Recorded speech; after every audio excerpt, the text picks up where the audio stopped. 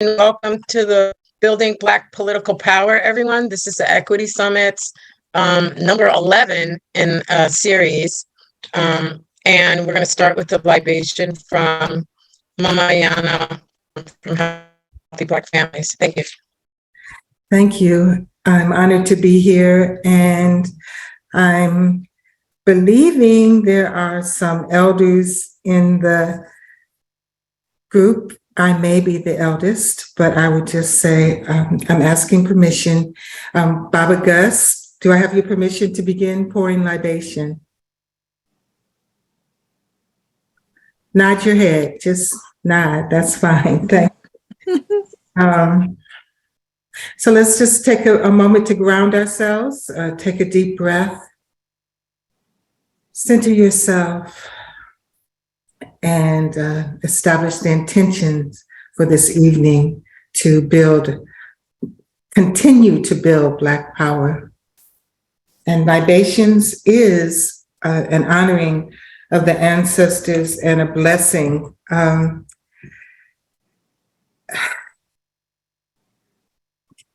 Giving thanks to the Almighty Creator of all life, known by many names, but only one, the divine, Allah, Jah, Jehovah, Great Spirit, divine energies. We say Ashe. And you can Ashe. Ashe. You can write Ashe. Giving thanks for the heavenly bodies, the synchronicity and divinity that is shown to us through our place in the universe, be it infinite and also great. Ashe. Ashe. Ashe. As it is above, so it is below, giving thanks for the divine and elemental forces, the sunlight, the water, the wind, the air, the warmth, this earth. Ashe. Ashe. Ashe. Yes, and giving thanks for our relations on this planet, in this earth, of the East and the North and the West and the South, circling back around East and West, North and South, and all the wonderful gifts and blessings that they bring to us and support us in each day. Ashe. Ashe. Ashe. Yes, our plant, our animal, our human, our insects, the flying and the crawling, and all those wonderful relations. We give thanks, Ashe. Ashe. Yes. And as we move, we give thanks to our original ancestors, the mother and father that came forth and brought forth life on this planet, that we might be together from all directions in this moment, to resist and create liberation and the divine sacred chemistry of resistance and liberation. Ashe. Ashe. Ashe. Yes. And to the ancestors that resisted, because never was there a time that we didn't resist. And throughout the Middle Passage, W.E.B. Du Bois documented 60 million, and we know there were more. To the ancestors of the Middle Passage, we invite you to be with us in your strength, your power, your beauty, divine energies. Ashe. Ashe. And to those keepers of this Turtle Island who were here and met us in resistance, who joined us in our fight against oppression. Again, never was there a time that we did not resist oppression in all of its forms. To the keepers of Turtle Island, Ashe. Ashe. Ashe. Yes. And to the freedom fighters, who left us their words, their actions, their deeds, who gave their lives, who dedicated their lives, who created and resisted and wove a tapestry of actions, words, and deeds in liberation and resistance. Ashe. Ashe. I want to give particular love to the freedom fighters that have died in prisons around the world. Ashe. Ashe. Yes. And to the fallen, to those gone too soon. As always, I pour for my sons, Katari and Anthony. Ashe. Ashe. My political sons, Tupac Shakur and Javad Jahi. Ashe. Ashe. Special love to Barbara White. May her spirit always be with us. Ashe. And I wanted to pour for Elaine Jones, who was, I believe she was the first Black artist to play with the San Francisco Symphony. Mother of my friend Harriet, and known her since she was young, 95 years young. Wonderful. Ashe. Ashe. And let's just take a moment. I'd like us in this moment to say the names of those that we know have been killed by police violence, murder, extrajudicial murders, and raise them up. Raise them up. Give them our highest vibration. As we know that they did not live or die in vain. Yes. Oscar Grant, say their names, y'all. Oscar Grant. Oscar Grant. Stanley Webb. Stanley Webb. Just shout it out. Shout their names. Michael Brown. Moore. Yes. Ashe. Ray Nichols. Yes. Ray Nichols. Yes. Yes. Ashe. Ron Brewer. In Los Angeles. Yes. Ashe. Those known and unknown, seen and unseen, heard and unheard. To those fallen, mothers, fathers, sons, daughters, cousins, loved ones, our loved ones in beloved community. Ashe. Ashe. Ashe. And then finally to the unborn, those who may have touched our wombs for a moment, and those yet to come. And we invite those to come knowing that we are working and coming together in this divine sacred chemistry to create a world that you will be loved and cared for, surrounded and raised in the most wonderful, thriving circumstances as we build Black power and equity for Black Berkeley. Ashe. Ashe. Ashe. Now take a breath and think of someone that you would like to walk this walk with you, talk their talk with you, whose spirit and energy moves with you as we move forward. And I'm thinking of Mardell Sherrick, my mentor and our beloved community. Ashe. Ashe. Ashe.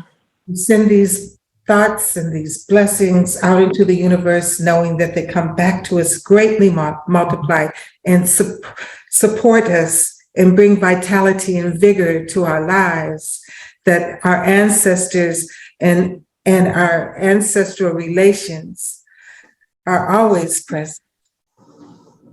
R. D. Wilkinson. Yes, that we never fear and always love. Ashe. Ashe. Ashe. And so it is. Thank you for Margie. And so it is. And I thank you, community, for having me here and giving me this love and respect. I'm going to put the link for Equity for Healthy Black Families, Equity for Black Berkeley page in here. I encourage everyone to go and take the survey and share the survey and join us at our next Equity for Black Berkeley People's Assembly, February 11th, 12 to 4 p.m. at San Pablo Park. And if anyone has Mildred Howard's number, I'd love to have it so we can invite her to speak and talk about her family history as we gather as a people. I love y'all and look forward to seeing you here and Thank you. see you soon. Thank you. Thank you. Ashe. Ashe. Thank you, Mama Ayana. Thank you so much. Thank you. That was beautiful. Can we do a land acknowledgement? I just want to say, if someone, Cheryl, are you going to do the land acknowledgement? Do you want to? I just wanted to acknowledge the land that we're on, and all of us were at whatever land you're on. We know that there were the peoples that were indigenous and keepers of the land who go back thousands of years. Where I am, it's the Ohlone peoples, and that they are still living. And we support them and know, and we put out to their ancestors and to them that we are here for you. All you have to do is call, and don't even have to call. We stand together and resist together.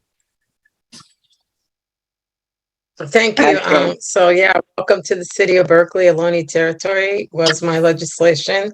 And as you all might know, there is a shell mound here in Berkeley on 4th Street. You can go down there on 4th and Hearst. It's a parking lot. However, you could leave a ribbon, say a prayer, bring some tobacco offering. And there's also a shell mound at in Emeryville on Bay Street. And you can pay your Shumi tax. So yes, land back. That is a struggle. We all have the same struggles. We were all colonized. So yes, please do that. And thank you for bringing that up, Mama Ayana. And thank you for the beautiful libation. And next up, I'm going to introduce my friend and colleague in the Equity Summit. But first, all the Equity Summit folks, just raise your hand so that people know who you all are. Afi, Mari, Makai, Miss Ritchie has her hand raised. Willie is also there. I'm in it. All the names are escaping me now. I don't have notes because I was out at this beautiful event that Omawale, Dr. Omawale Fowles had earlier today with beautiful jazz. Marissa was also there playing beautiful music. It was just such a blessing to do that on this freezing cold, cloudy afternoon day with some community members at the Francis L. Breuer Community Center in Berkeley, District 2. That was a beautiful event. Thank you. So Willie, take it away. You're muted. Okay. Everybody can lower their hands now. There is so much etiquette in this new technology, and I'm old school, so you have to forgive me if I'm not following the etiquette. But I wanted to take the time to introduce everyone here. Many of you that I see here, I know, and you've been in this struggle for a long, long time. Gus has been my mentor for many years, and needless to say, I admire him because he's still, he's maybe an old lion, but he's still a lion. But I look at this as being a critical junction in Berkeley's history. But I wanted to start this off by giving a little history, because this is going on African History Month.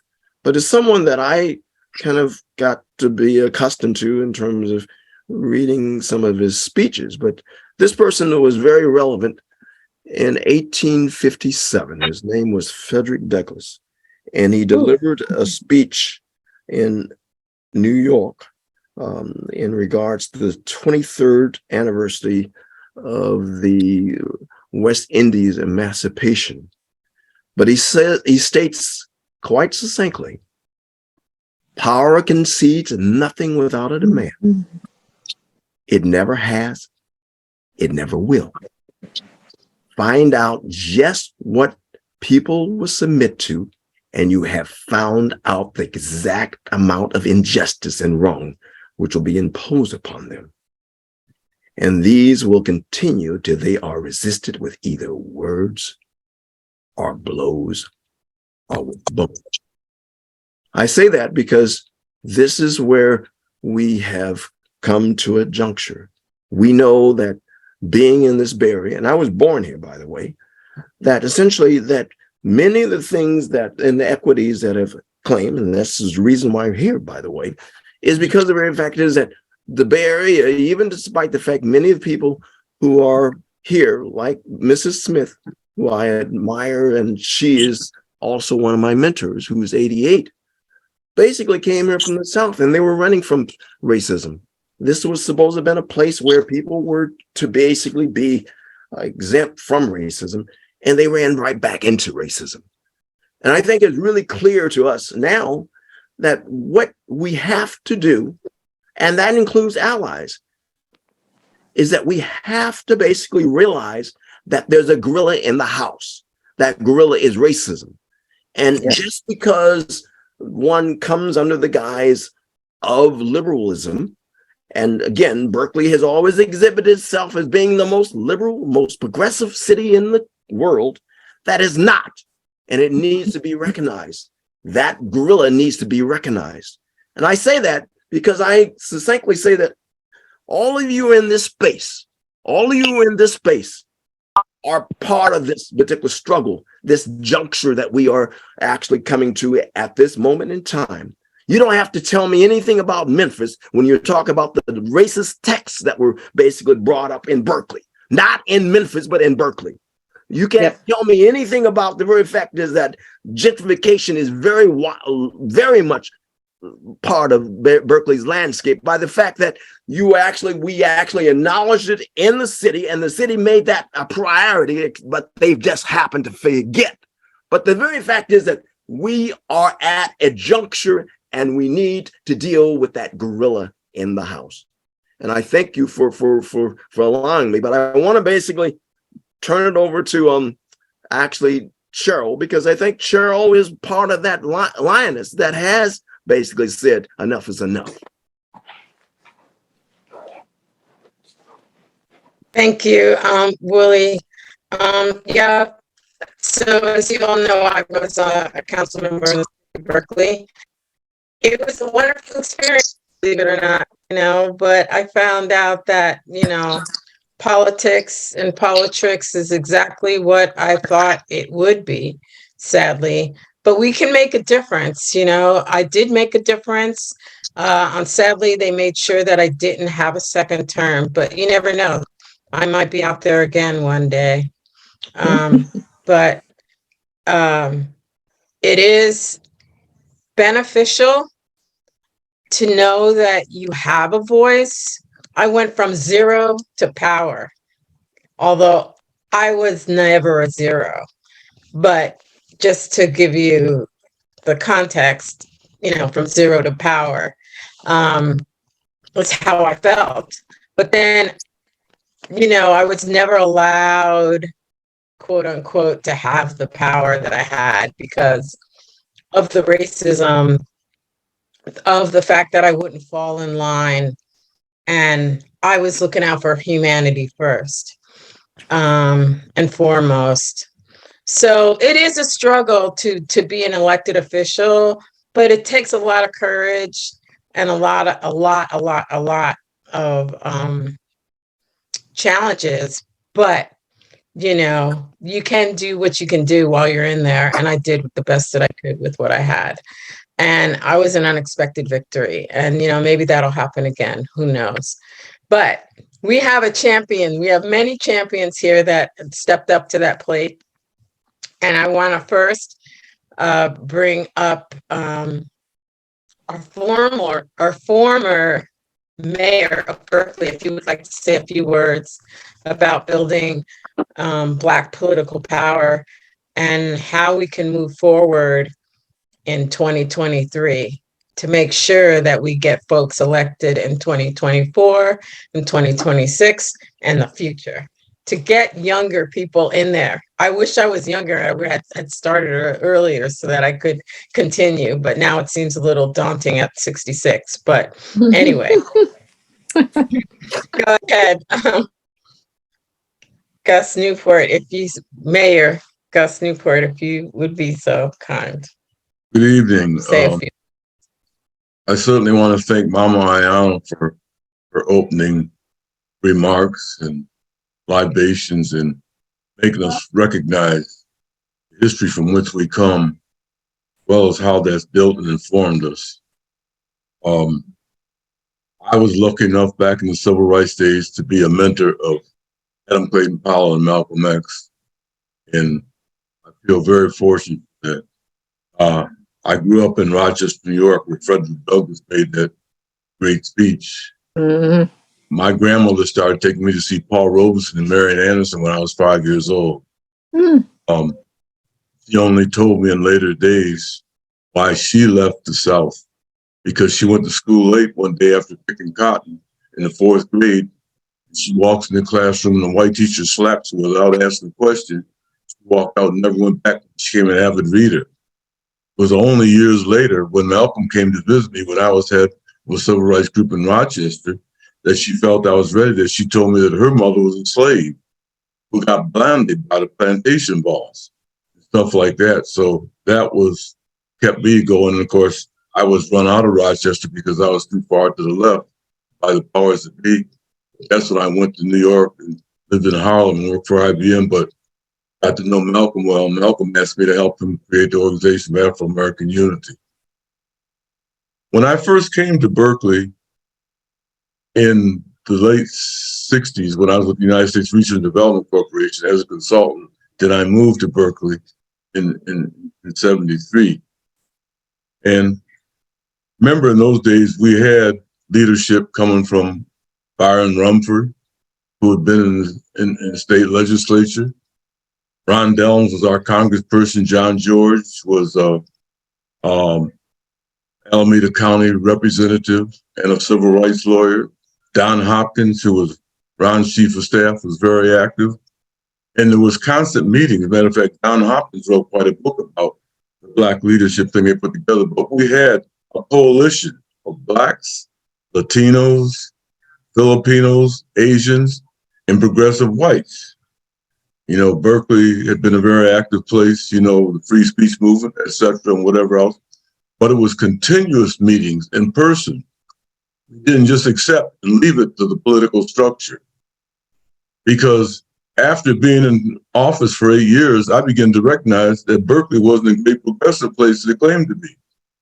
A lot of the so-called liberals, when I got money to develop some affordable senior housing, you know, attacked it. I was talking about scattered sites, some up in the hills. Oh, you can't let them people live there.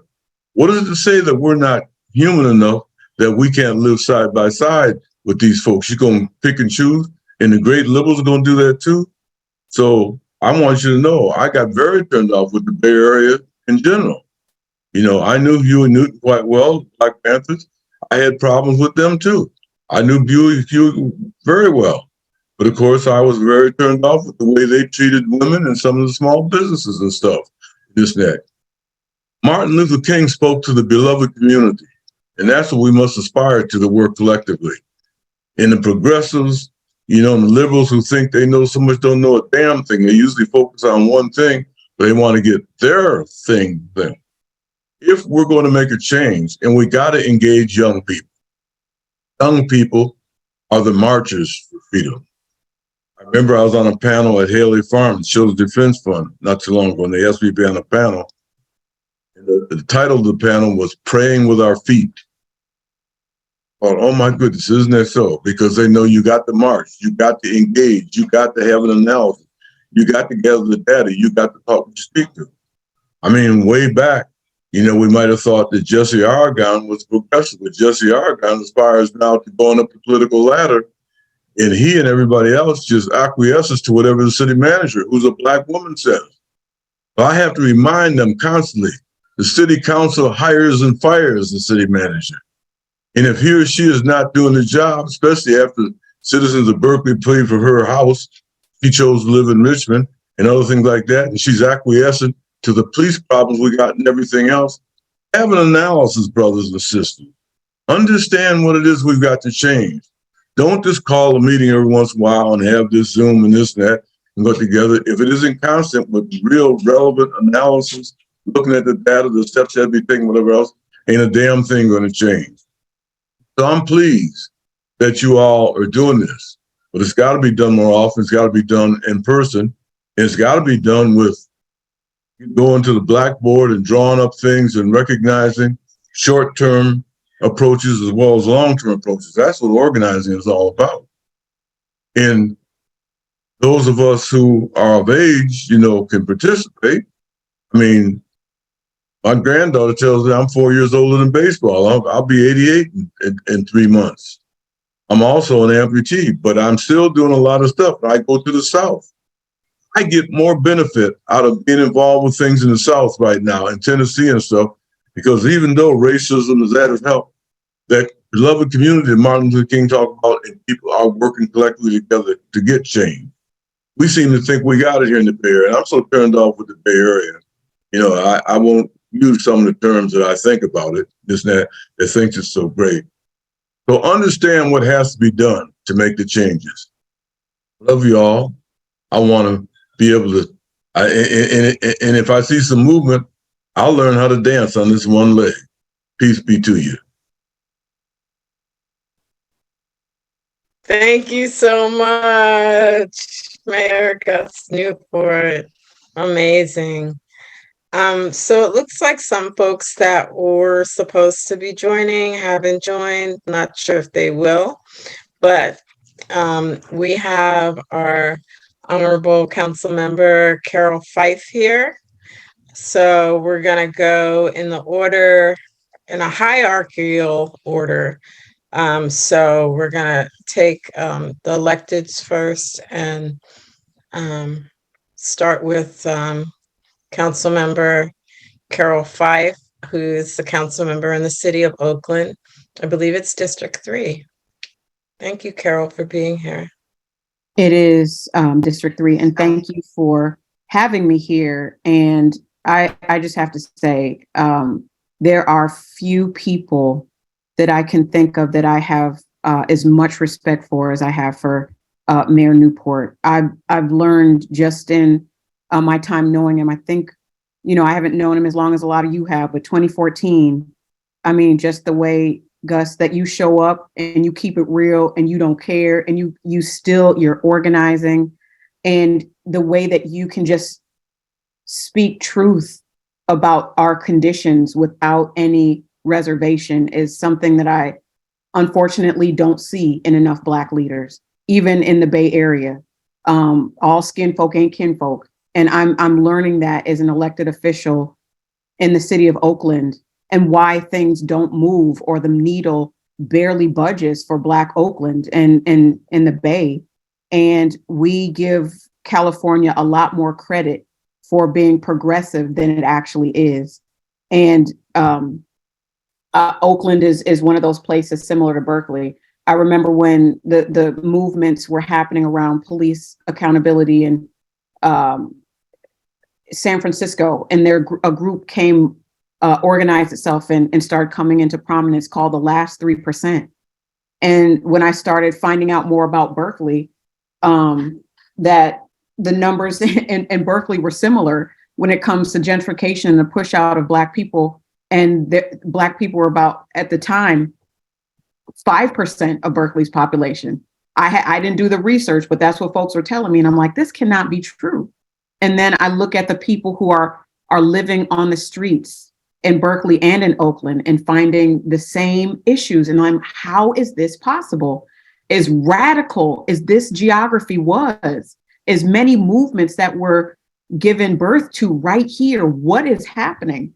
And those are some of the things that I'm fighting today. And I find power and quite frankly, sadness that I'm still fighting for the same things folks were fighting for 55 years ago. But that doesn't, that doesn't stop the fight, because I'm still going. So just being in the room with folks who are similarly minded, and down for the same type of outcomes and transformation, I'm honored to be here. So thank you, Cheryl. And because I am one of the drum majors for justice and one of the individuals that are fighting to change the entire structures that we find ourselves in, I'm under attack. I don't know if y'all saw the article that came out in KQED, but there are all of these narratives that they're trying to push, and a lot of them come from individuals from San Francisco. We saw we're seeing a conservative takeover of politics in San Francisco, and a lot of those folks are trying to do the same thing here. And we saw that Berkeley was the battleground for a lot of white supremacist right-wing thought, and that was my crew. It was my folks who were being doxxed, who created the security plans, actually supported the mayor at the time, who was getting death threats in the same way that I'm receiving now. We had to create a barrier and a front line to say, y'all don't bring that shit here. Excuse my language. I said, I'm trying to watch my mouth this year. I apologize.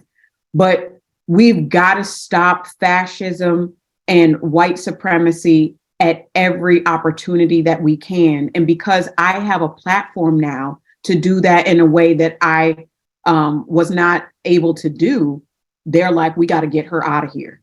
And so I'm saying that because right now we're circulating a petition, to stop the hate, because a lot of the harassment is also coming from, quite frankly, folks that are supposed to be Black leadership. And so we've got to understand that the attacks are not just from people who don't look like us, but white supremacy and white nationalism is a hell of a drug. And sometimes it's the people who look like us that will be fighting just as hard to maintain it. And so that it's important that we continue to engage in old school organizing tactics. It's not going to be on Zoom. It's not going to be on email. It's not going to be on social media, although those are excellent tools to support in mobilizing and organizing. But we still got to get out on the doors, knocking on doors, talking to our neighbors, having town halls. And that's why the organizations that I work with do that every single day. So Care for Community is a group of organizers that are diverse, all races, all ages, all genders, everything. It's a rainbow coalition. And I'm not talking about the Jesse Jackson Rainbow Coalition. I'm talking about the Chairman Fred Hampton Rainbow Coalition type of organizing, where people come together and make a plan. You break down the city, you break down block by block, precinct by precinct, who you need to talk to, and you stay in communication with them. Care for Community, also known as C4C, is a group in Oakland who does that. And once again, that's a multiracial group that helped me get in office. And since I ran for office in 2020, they've been door knocking every single weekend since, from 2020. And that is the old school grassroots consistency that we need to build power. Because we don't have necessarily the economic resources that the opposition has, but we will always have people power. And these are young folks, right? These are 20 and 30 something year olds. And we're also trying to bring in the teenagers. I have a whole nother group of teenagers that's like, Mama Carol, what you need? What we doing? So it's bringing all of these different folks in the fold. And then in terms of building Black power, the base that I organize with, and I am proud to continue to organize with, is, I gotta say, it's my partner. It's my partner of a lot of years, but we met organizing, we met individually as organizers, and we spent the last 2 decades doing that separately and together. So Black Solidarity Week is coming up with CRC. Y'all might see them. It's a bunch of folks in Black trucks and Black motorcycles, but they're out in the community talking to community every single day, giving out food, produce, socks. But in that, the basic needs of people, they're also having conversations. They're also having conversations about what is it in your community that you would like to see? What changes do you need to make? How would your voice engaged in talking to elected officials and just talking to your neighbors? What do you see as necessary to build power? And what are some of the things that need to be addressed in your neighborhood? And so people who wouldn't necessarily be engaged civically or engaged in building power start to understand that there are people looking out for them, and that just by us coming together, we can build a different kind of society. And we need to have our buckets ready and be able to move from activism into construction of these new processes. Because I'll say in Oakland, it's the first time in a long time that we've had a mayor that can have conversations and start building with a council. So we have an opportunity to create something that we haven't been able to create in a long, long time. And the community has to be ready and poised to put their demands on the table, but not just demands. We have to have real structures for accountability. We can't just say, we're going to hold our leaders accountable and then not have the processes that we're trying to hold folks accountable to. People keep telling me, Carol, you need to make housing a human right. That's been your slogan. Yes, but it shouldn't be just about what Carol says. It's about what are we doing collectively? Where are the folks that are putting proposals on the table? Where are the folks that are doing the research to help me create the policies? Because oftentimes we get people elected and then just keep on going about our lives. We're not going to build power. We're not going to change systems that way. It has to be an ongoing conversation, trial and error, and working to do things a little differently. So I feel like I'm rambling at this point, and I'm sorry if I'm saying too much, and I'm trying to once again watch my language, but it really comes down to that old school organizing, staying in conversation, getting off Twitter, and getting out into the neighborhoods to build the base and continuing to construct these systems of this beloved community, as Mayor Newport said. What does that actually look like tangibly? What are the contradictions that stop us from getting there? And what are the systems that we are going to use and continue to invest in so that we can build those things? I want to say that I'm trying not to call out the Black organization that is supporting the ongoing harassment that I'm receiving. Once again, I'm looking for folks to stand up and say, you know, not just Berkeley stands against hate or Oakland stands against hate, but what we stand for. Not what we stand against, but what do we stand for? Because when you're moving against something, there's a lot of resistance. But when you're moving for or towards something, that's when you have momentum.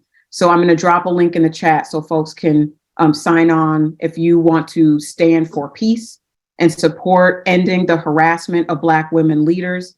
I don't typically talk about some of the things that I experience in this work to build our community. The only reason I did is because our obsessions with guns in America and in California is out of control. And some of the harassment and the harassers that are currently focused on me are obsessed with guns. And so I just want to make people aware of that, because I'm saying not one more. And people need to know what we're dealing with right here in the Bay Area. So I appreciate your time. If you all have any questions, I'm going to be on here, but I'm going to be working on some stuff in the background. But I'm listening because you all actually help build me up and nurture me to keep on doing what I'm doing, because this is tiring. This is really, really tiring. Appreciate y'all. And I appreciate this opportunity. Thank you, Cheryl. Thank you, Council Member Five. And I'm so sorry about all the things that you've been going through. I heard you on KPFA, and you know, it's just what we have to go through on the daily. But then when you're an elected official, it gets escalated. And then if you're somebody that's standing up for Black people and Black power, it's exponentially. elevated. So the harassment. So I appreciate you so much for being here.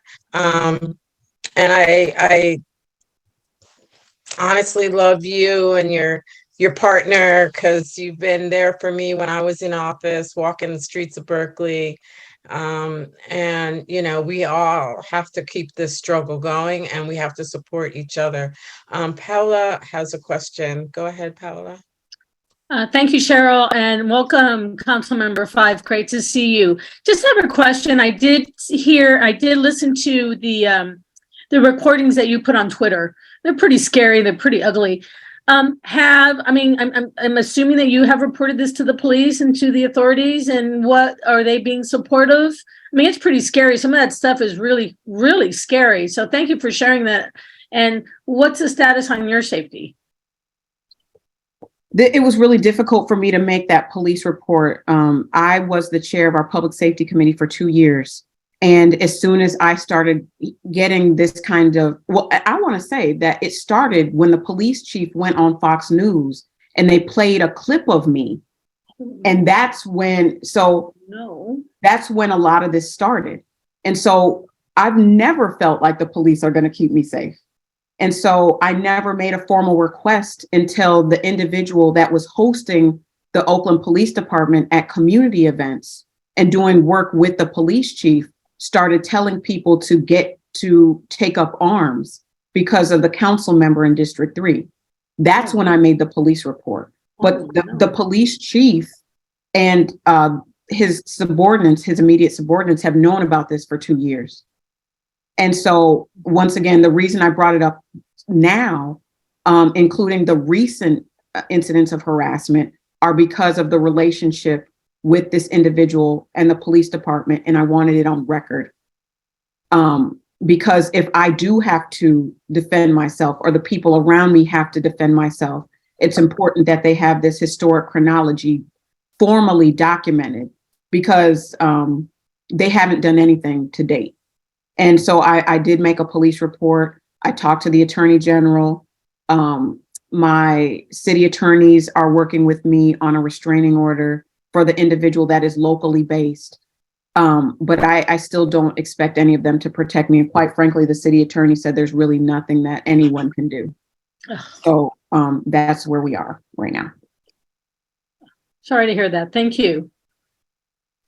Yeah, I mean, honestly, with the gentrification and all the shenanigans that's been going on, none of us feel safe walking the streets anymore, sadly, especially if you're a person of color or Black. Anyway, thank you so much, Carol. And I see that the mayor, Eduardo Martinez, has joined us. So we're gonna, but first, Mama Ayana has her hand raised. So after that, Mayor Eduardo Martinez, we're gonna give you the floor. Go ahead, Mama Ayana. Thank you, Carol. Cheryl. Carol, I just wanted to ask you, as a community that supports you in your work, what do you want us to do? What are your thoughts in terms of what can we do to support you? How can we address the threats against you? And how can we support you in making sure that those threats are addressed? One of the things that we can do as a public facing effort is to show the community that we are united and we stand together and we don't accept this type of hate speech and activity, because there is a lot of it that some of the new residents that have moved into my district are helping to perpetuate.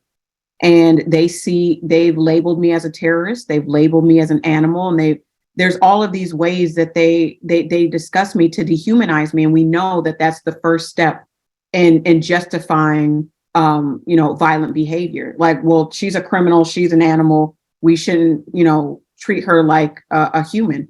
So I think signing this petition that I just dropped in the chat is one way. And I'm having a press conference to call attention to the lack of support that I have received from our overarching municipal organizations, because I don't want to make this about the oppression Olympics and who's like the most oppressed. But I've seen other communities have entire press conferences around stopping hate. But I'm like, I'm a very public elected official and nobody's doing or saying anything. And I have received a lot of, hate messages saying this is not real. These are fake voicemails. There are no incidents. And so it's like almost like a Me Too situation where people don't believe me. And so just standing up and saying, we believe you, and we're going to stand in support, not just of me, but all of our community. No one should experience this. Everyone should feel safe in their workplace and in their bodies, just being in the world. So I will also try to get us on a call with Turha, Mama Yana, so he can share some of the things that he's been thinking about as well. Okay. And I would say this, it's appalling. You're right, the whole community should be in an uproar about it and should be speaking out about it. I really encourage people to post, tweet, share this information, show up at the press conference, be in solidarity with Carol and support. And I also want to say there is a history of criminalizing Black women when we speak out, and dehumanizing Black women and in particular Black people, so that then if something does happen or if there is some level of aggression that is directed toward us, then it's like Black women around birth equity. We only feel a certain amount of pain. We don't really feel pain, right? Or we don't feel pain the same way. It's like threatening or killing a Black woman is not anything, right? It's historical. It is historical, and it's time for us to stop. And it doesn't take neuroscientists to understand the trauma and that it does to all of us when we allow these things to happen. I'm complete.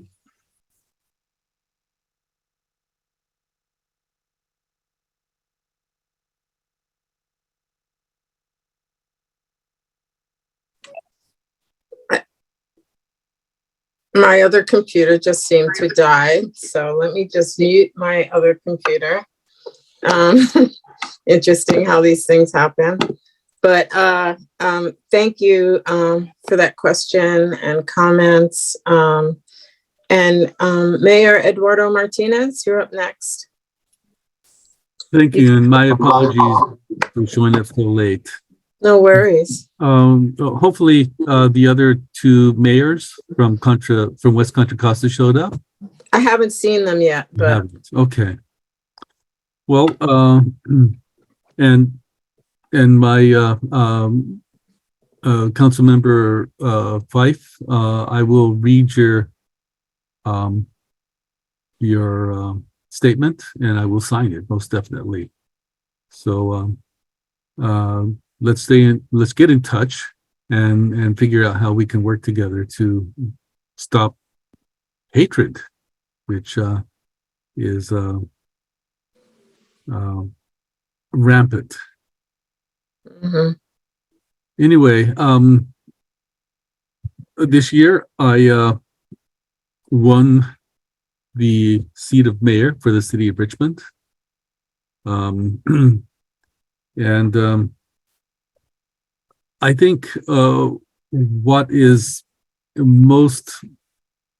I'm most grateful for is not the fact that I won the mayorship of Richmond, but that along with me, Devin Murphy won the mayorship of Pinot, and Alex Griffin Walker won the mayorship of Hercules. So that's 2 Black mayors and 1 Latinx mayor in charge of the shoreline of West Contra Costa. And we have pledged to work together to move our cities forward together in like policies. So that to me is the most significant thing that happened in the elections. So not just me, but the other two mayors. I invited them to come, and hopefully they'll make it at some point. But if not, I'm sure that they are with us.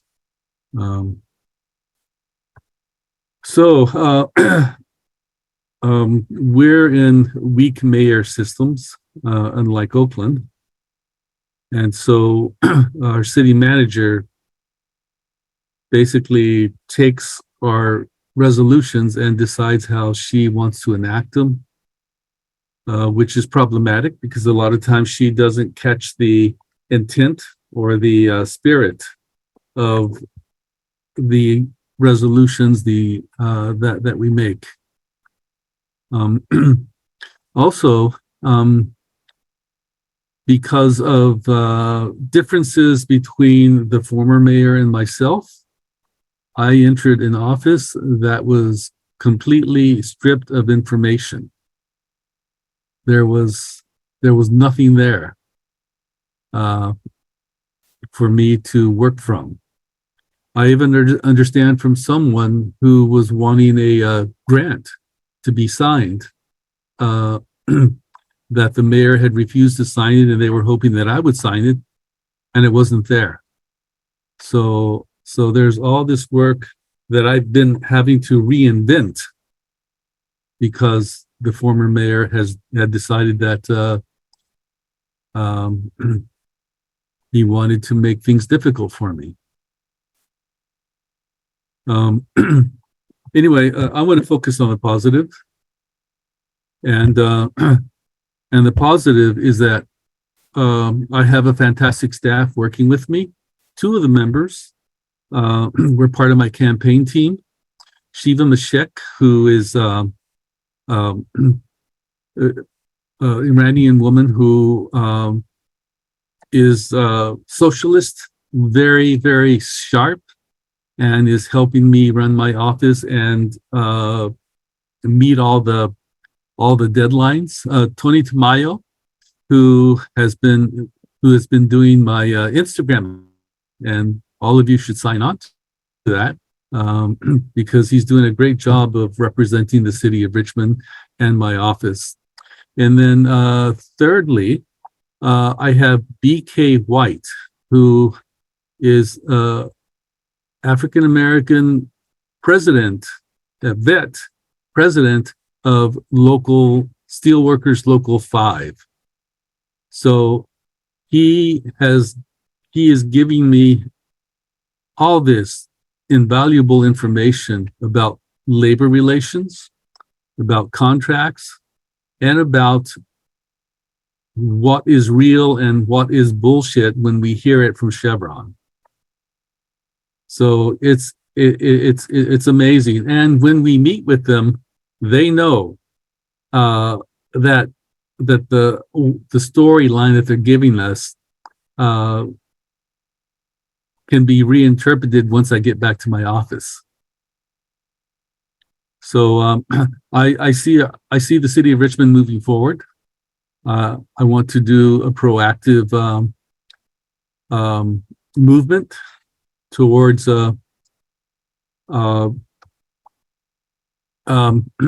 developing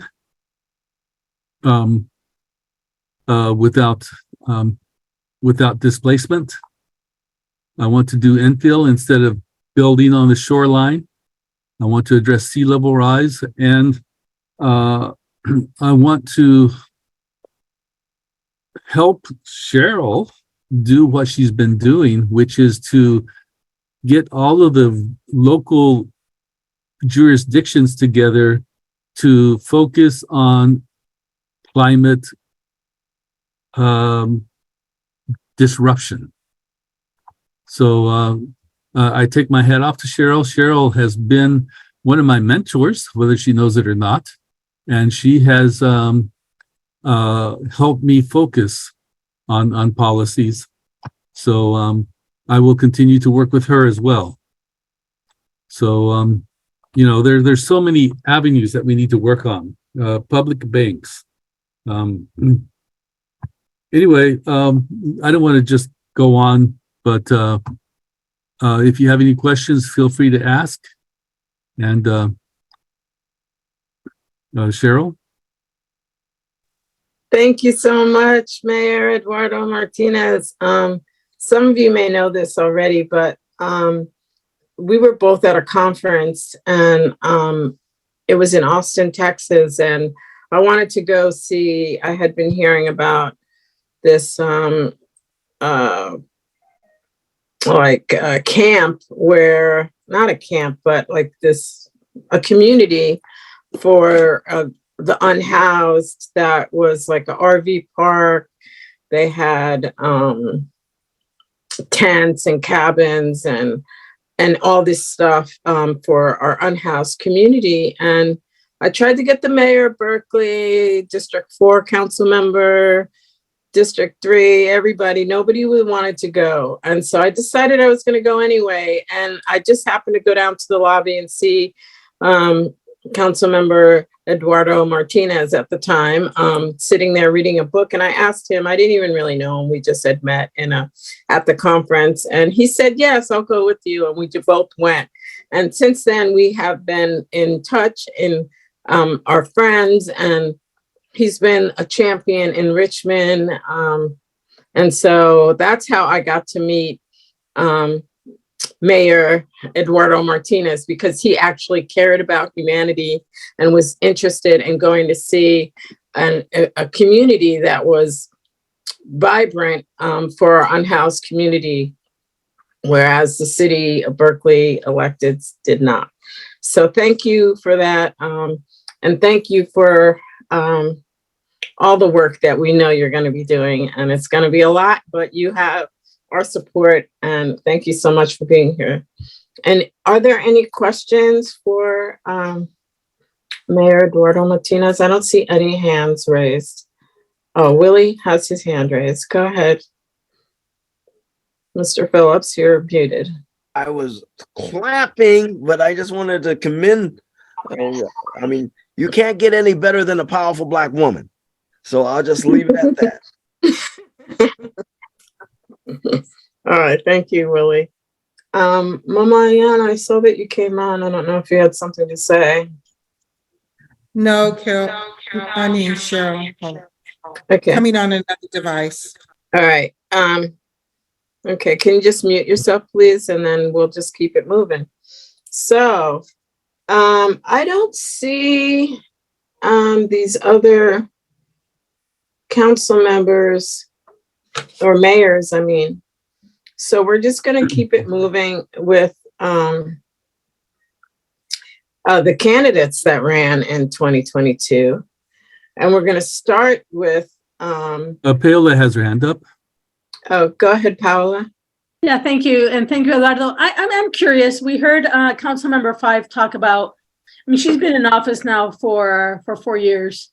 Mayor Martinez, have you, I mean, besides that bullying or that just lack of cooperation from the former mayor, have you experienced some negative calls and just negativity in so far since you've been mayor? You know, I've not experienced it as mayor, but I have experienced it as citizen. I've walked down the street and people mistake me for Palestinian, for Mexican, for any group they're feeling like hating at the time. And so I've had people yell at me, you know, as they pass by in cars. But the only issue that I've had is with the police, who I was city council. I was robbed at gunpoint. I was driving a city car. I was robbed at gunpoint. They took my phone. They took my wallet. They took everything except the keys. So I drove to the nearest spot. I called the police. The police did a police report, and they gave me a ride home because they realized that I was shaken up and that I didn't have a driver's license. And so 2 weeks later, I get a call from Channel 7 who wants to do a story on the robbery. But all the questions aren't about robbery. They're about how many drinks I had. And it turns out that there was a supplementary report tacked on to the main report, which was all about me, the police suspecting that I was under the influence of alcohol. And it was leaked to Channel 7 News. So at that point, I went to the chief of police, reported it as a violation of Marcy's law, which says that any victim of a violent crime, has privacy rights. And so they did a investigation. They didn't find. They had no evidence of anyone doing anything, but they used it as a way to fire the officer who was most community minded. And then they blamed me for having the most loved policeman fired. So I had the public on me for getting a police officer fired. Not just any police officer, but the one that was most loved by the community. So after that, I was, I understand the fear that people of color have anytime they see a policeman. After that incident, I was just frozen. Anytime I saw a police car in my rear view mirror, anytime I saw a police car in a cross street, and it still follows me. So I understand what it's like to fear police, not as to fear them as authoritarians who might cross the boundaries. Anyway, that's the only issues that I've had with police. Thank you for sharing. Thank you for the question, and thank you, Mayor Eduardo Martinez. Next, I think, Gus, you have your hand up? Yeah, I just wanted to say that some of you all know I was in office from the late 70s right through the late 80s. And my life was under threat during those times. And as I made it known to my staff and other people, they used to meet me whenever I was coming and going. And I was asked, well, why didn't I try to get police escort? And I had to tell them, well, who's going to protect me from the police? Mm-hmm. And because I was with the World Peace Council, I was a socialist, you name all those things. And I think the other thing we ought to understand, the reason why we got to get organized as a community, because again, some of our so-called Black organizations even don't give us support. I mean, Carol's being very nice, but one of her threats is coming from somebody is a high position with the NAACP and stuff like that. Well, that isn't anything new. We got to understand, and a whole lot of liberals think, well, they know it all. You can't, say such things as that. Well, the truth and the facts is the facts. Let us face reality. That's why we got to engage and get more young people involved and whatever else. And because I reorganized the police department when I was the mayor of Berkeley. Berkeley used to use police dogs and helicopters before I got elected. And I used to be on several committees, and I was a senior analyst with the city staff before that. So we've got to learn more when we organize and understand what the conditions are and what one has to face and why it's so difficult to turn around some of these things. We think of, where we're at, so-called great progressive Berkeley, so-called great Bay Area and this and that. Learn what the truth so that we can organize and bring it to the fore and make people aware of what really is going on so that we can bring the changes that are necessary. that we can deal with the homeless. We can deal with, people who have needs, et cetera, whatever else. Let's begin to understand, because remember, history in this country doesn't mean anything. I mean, we just mentioned that one thing, the Native Americans, the indigenous. But history doesn't even show they were the first here. And everybody, just goes over that, whatever else. We got a lot to learn, organize to change from the bottom to the top. Thank you. Thank you for those words of wisdom. I think, Makai, are you ready? Or you're on mute if you're. Anyway, it doesn't seem like. Not the right. It goes on. Okay. Next. Sure. Okay. Mari, how about you? Yeah, you guys can hear me. Yes, and this is Mari Mendoca. I'll let you introduce yourself. She's an amazing woman that's been in Berkeley. I've known her since my son he's 35 now, was in kindergarten. So thank you for being here. Yeah, thank you. Take it. Yeah, my daughter is right behind me. She'll be 35 this year. So yeah. First, I just want to thank everyone this evening, Mayor Newport, Councilmember Fife, and Mayor Martinez. It's truly a blessing to hear from you and just to be able to stand on your shoulders and to garner the wisdom of your experience. I'm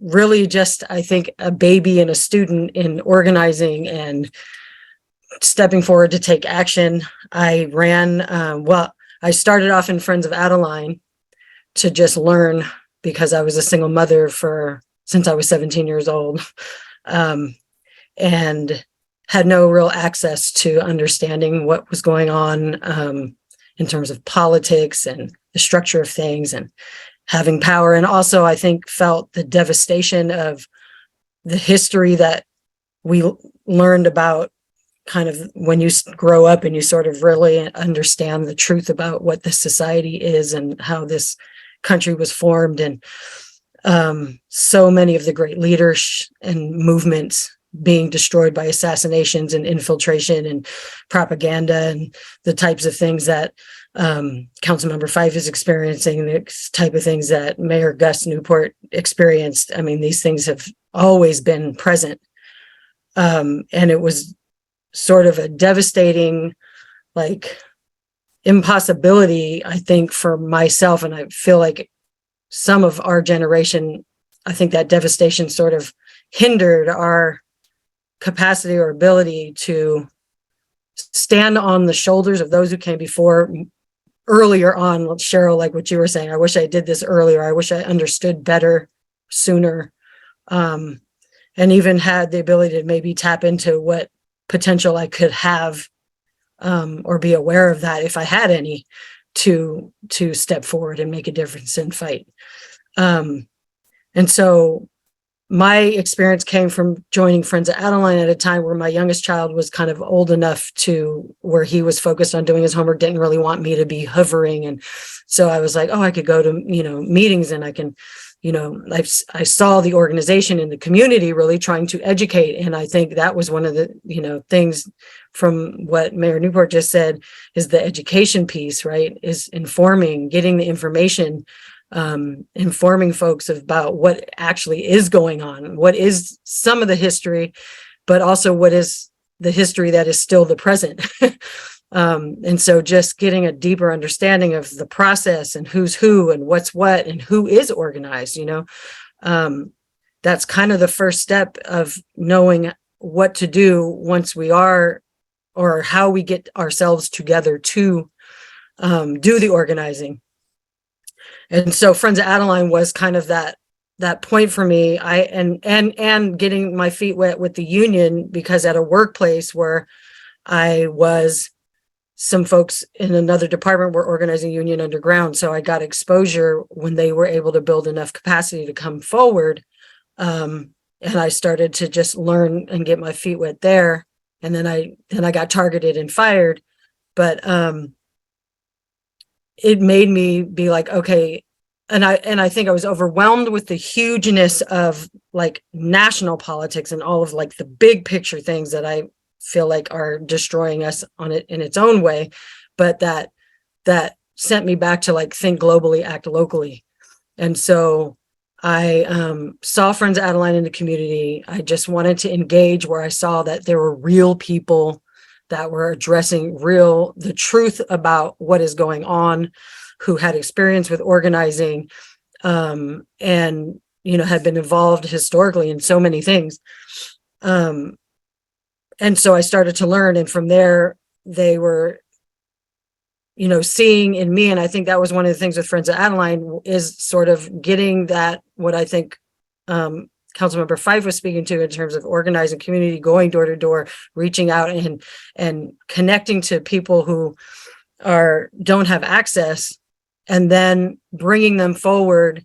And I think that's part of the building power, because we have so many powerful people that we're not even reaching, that don't know how to engage maybe, and don't know how to get themselves into the fight, and are amazing, powerful community members.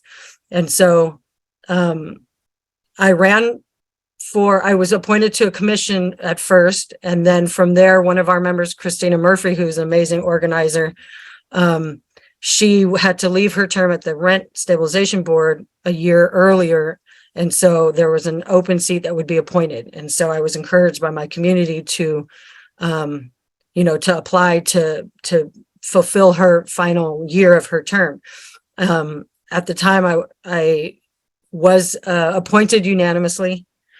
And I think at the time, maybe the climate was that they were honoring sort of that Friends of Adeline had a community presence, and that there was a voice in that from the community that deserved to be there, and they were encouraging to continue that.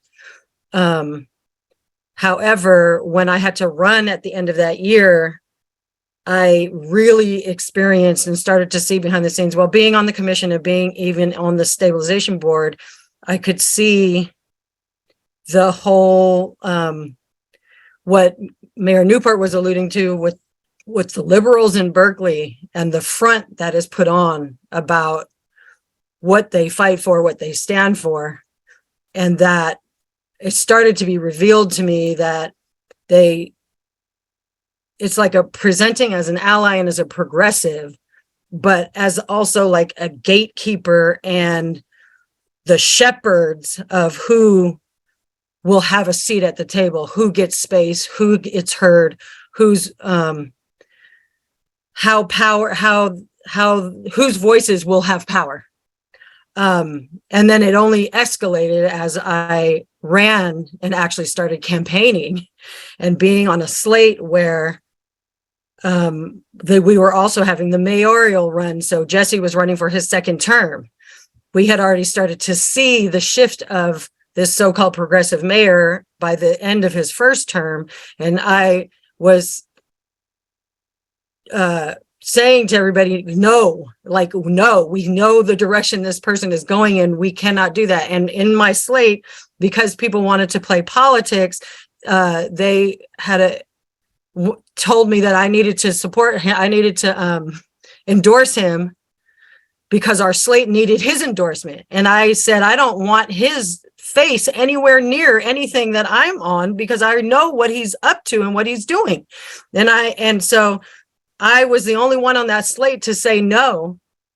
And I actually pushed my slate to say, you guys say you're Democrats, Bernie lost because a lot of the Democratic Party didn't support and played the status quo. They played into whatever fear base that they had in terms of what they were where they were trying to get to. And so I really started to see this beast, that is underlying, but I stood my ground and I was like, I'm not going to do it. And they ran an ad without me. I said, I'll have my own flyers. I don't care, because I'm going to stand for my values, and there's nothing that's going to sell me, buy me out. Like, I don't want anything. I don't need anything. But justice and equity and what's right. And so that was my initial thing. And so this campaign, I'm sorry, I'm sort of going all over a little bit, but just to illustrate that in terms of building power, who are the gatekeepers? And I also learned that so many of the people who are status quo, like they have people on every commission, or they have more than one person on every commission, and they have, they have themselves everywhere, so that they are not only giving themselves access to dictate, but then because of white supremacy, when they show up to council meetings and they have their people all come, the council likes to pretend that they have the stronger voice, they're organizing better, they are present, and everyone else's voice isn't valid or doesn't have weight. And it's used, they use that to justify themselves. So I noticed all of that. And then this campaign, I decided instead of running for rent board because they redistricted me. So that was another thing. So they did their redistricting, and they were trying to eat up a nice chunk of South Berkeley into the Elmwood district, which is District 8, which doesn't have representation that's diverse. And so they happened to draw my side of the street into that district. And so I debated for a long time, should I run? And now I don't, I'm not a political person, and I never run for like office, like council, but I've seen so many other people just be put forward to run for a seat who also maybe don't have the experience, don't even have the heart or care for the community, and they've won seats. So I thought, well, I'm going to run. And then there were shenanigans then, and Mary Lee's going to speak to that. So initially, I think I didn't get started soon enough in the campaign season, because once again, there were certain folks in the community that felt who was electable and who they would stand behind. And they were sort of playing me and playing Mary Lee. And there was a shenanigan going on there. And so the campaign didn't get started really strongly. It didn't get off to a good, strong start. But I think that the experience is still a blessing, because Mary Lee was able to be big enough to identify that. And then she said no to the constituents who are going to try to push another white woman attorney who, would fit their bill. And she said no. And so we're building now coalition. I think that speaks to like what Councilmember Fife is saying, where it's like the rainbow coalition. We're finding folks in the community who are truly going to push to be an ally, who are we're hoping to educate their counterparts, right? That white liberal Berkeley needs to have some education.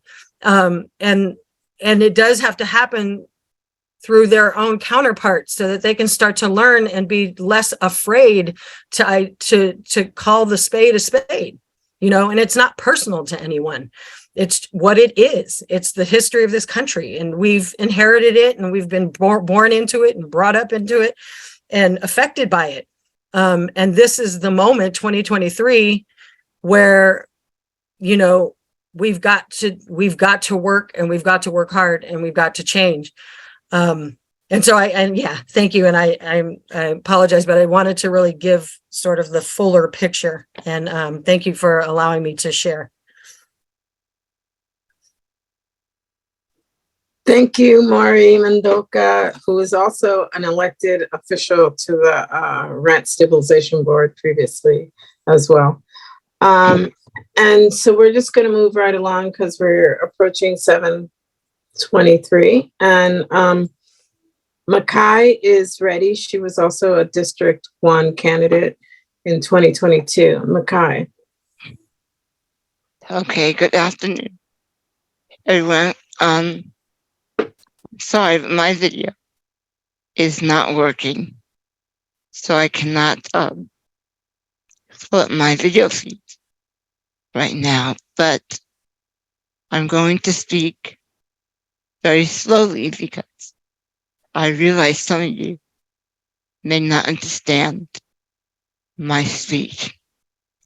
So I'm going to speak very slowly. I do not mind if someone has a question or may want me to repeat something. Okay, I'm going to share my screen because I just want it to be more organized. So 1 second.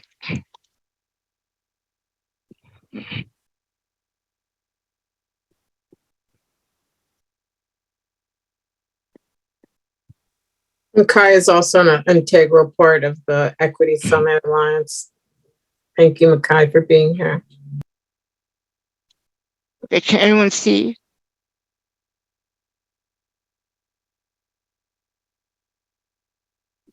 We can see it. Thank you. You might want to put it on presentation. I might lose the connection, come back. I don't know how to do that, but I want people to have a little biography about me and what I decided to run. I come from I would consider a bicultural background. My mother is West Indian from the Caribbean. My father grew up in the South, and my father grew up in New York. My grandfather grew up in the South and moved. His family moved during the Great Migration to get out of the oppressiveness of the South. I grew up, my mother being from the Caribbean. She knew Dutch, German. My father, very astute in politics, and being Jewish, very active in New York, fighting anti-Semitism. I remember as a child stories of South, and I have phobia of the South going back. And we were encouraged to get our education and use our education for the community. At a young age, I became disabled. That was another immersion in a rapid education. How oppression can emerge and impact one's life. After I became disabled, my younger brother became disabled. My mother having divorced my father, was a single parent, no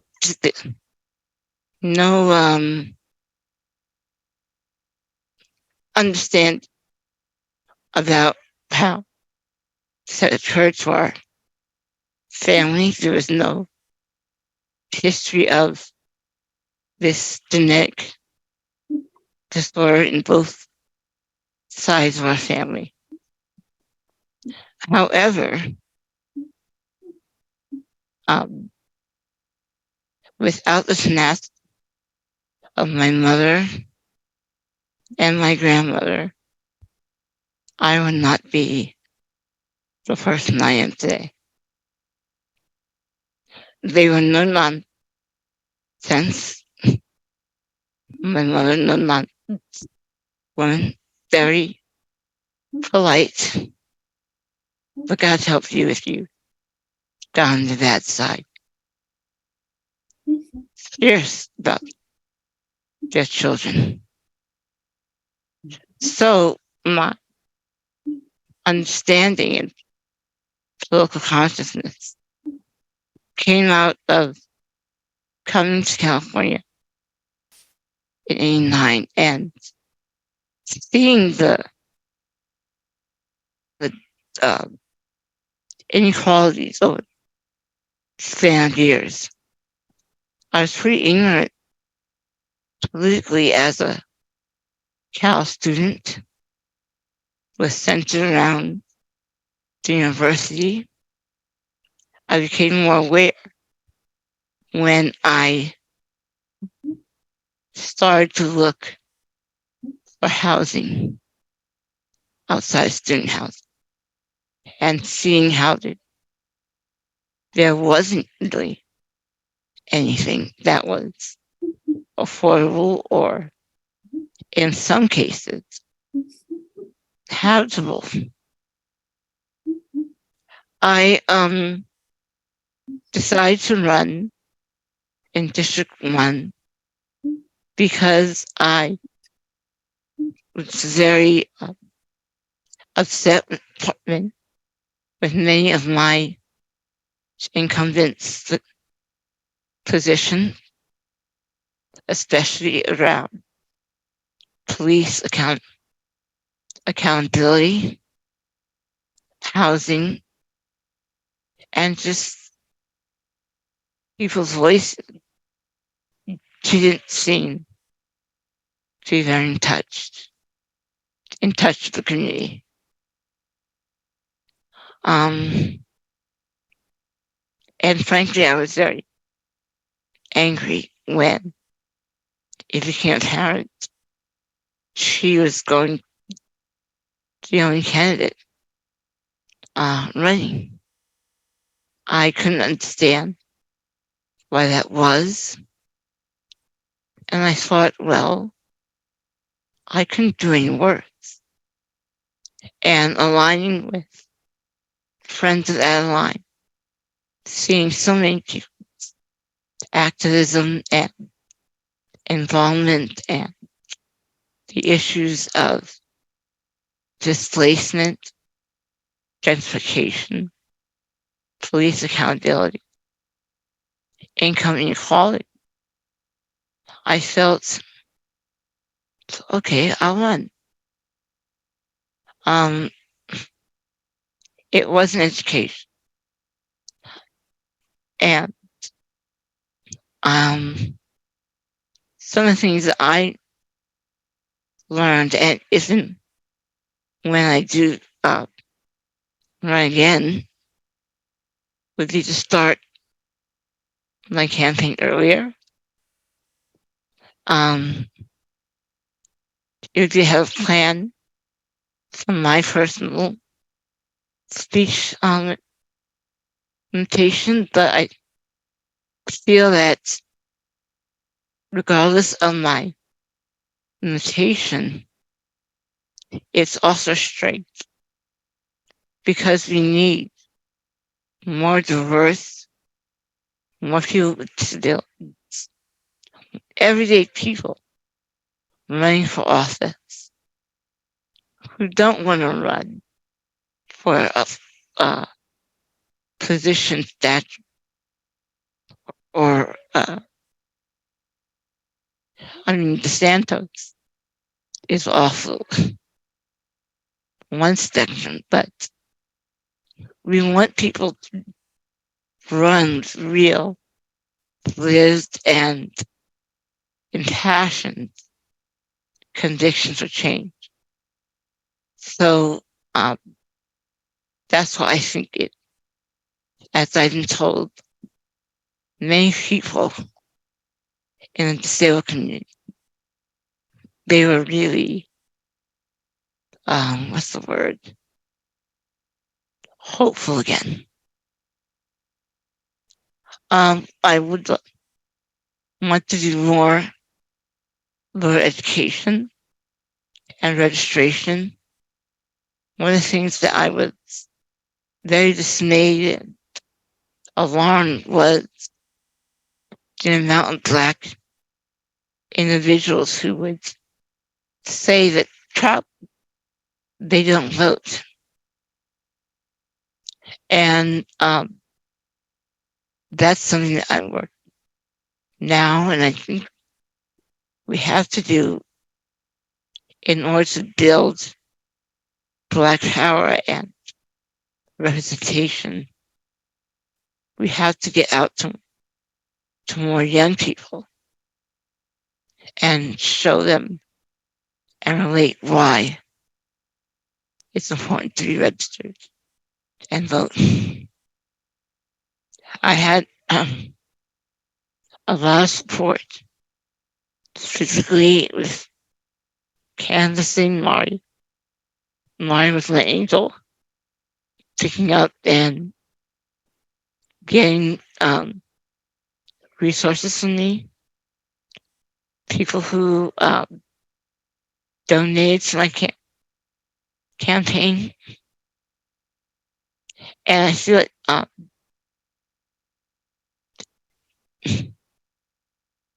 even though I didn't win, what was really crucial was amplifying the needs and voices that were absent.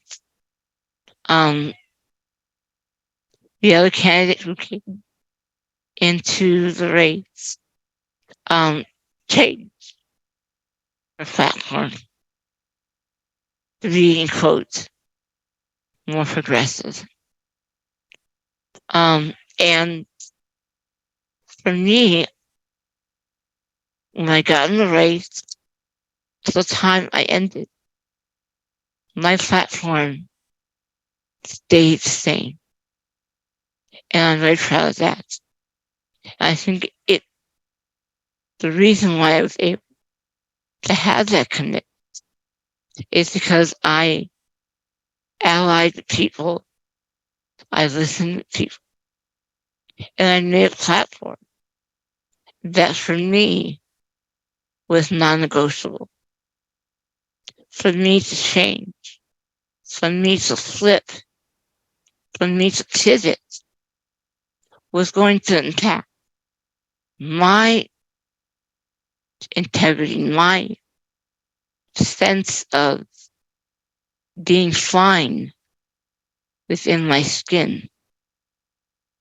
And I saw how the jockeying and positioning, and me and Mari would talk about the endorsements, and that part I didn't really align with, because I felt that, at some point, the voter has to know you and get a connection.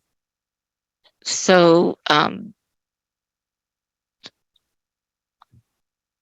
I feel it's very important for people who are thinking about running, who will run, make your platform non-negotiable.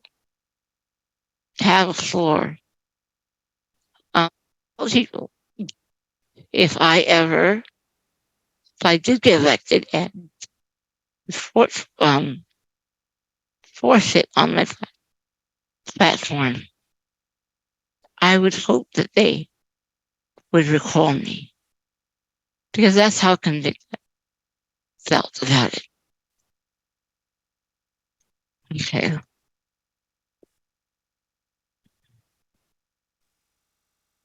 So as I mentioned,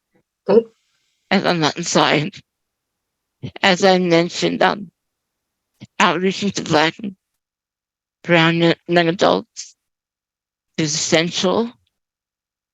Encouraging involvement in areas of the campaign that is important to young adults to get motivated and see how their involvement is crucial.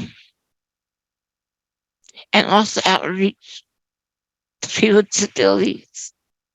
I think that's something that candidates do not do enough. And if they did enough, if they did go and outreach to people with disabled communities, they would win by a lot more margins. Too often candidates think that the disabled community is a problem. They don't think that about gay and lesbian. traditional Black people's civil rights, but for some reason, still people are invisible in many campaigns. That has to stop, people. Does stop. Because the intersection of disability, the donations, the volunteerism, the commitment that you can have would be phenomenal. What are communities for Black people? You're talking about building Black power. We have to start talking. What are the issues of our community for climate change? And we have to stop creating new obstacles and discriminations under a new flag, climate change. So how do we form those alliances?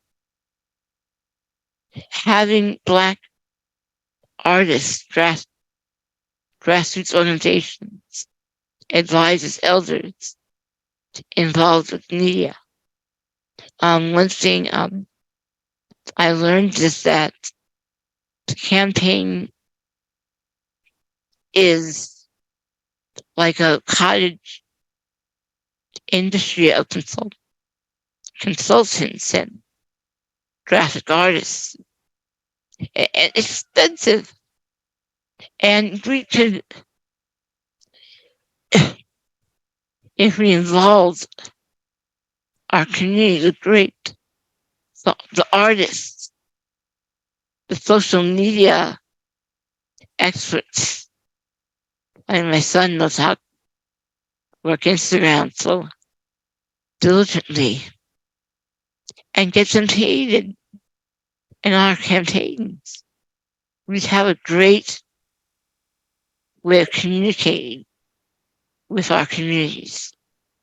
Yes. So I think that's something we all have to do. Thank you, Makata. Whoops. This one was the last slide. Okay. Okay. So to work to build Black power, I think when the first election came to this country, first as indentured workers, then as slaves, we've been working on building Black power, knowledge of our history and political legacy. Thank you so much, Mr. Newport. Working with those who are willing and capable to share leadership. And that means speaking for ourselves and fighting white supremacy. And that means when we show up in largely predominant white spaces, the white people are comfortable letting us speak for ourselves. And we'll also still that as well.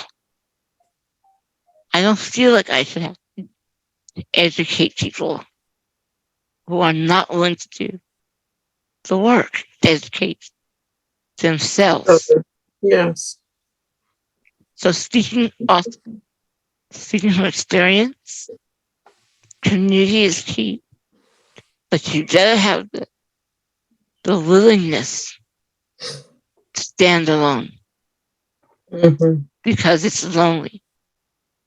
Getting in spaces, docking positions, and feeling you have to be all to everyone. You have to have a sense of core and integrity and be able to say no.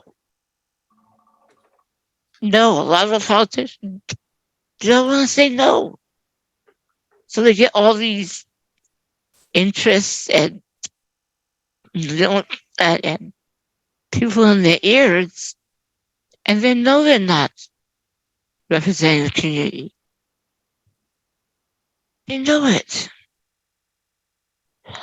All means all, not just the well-connected.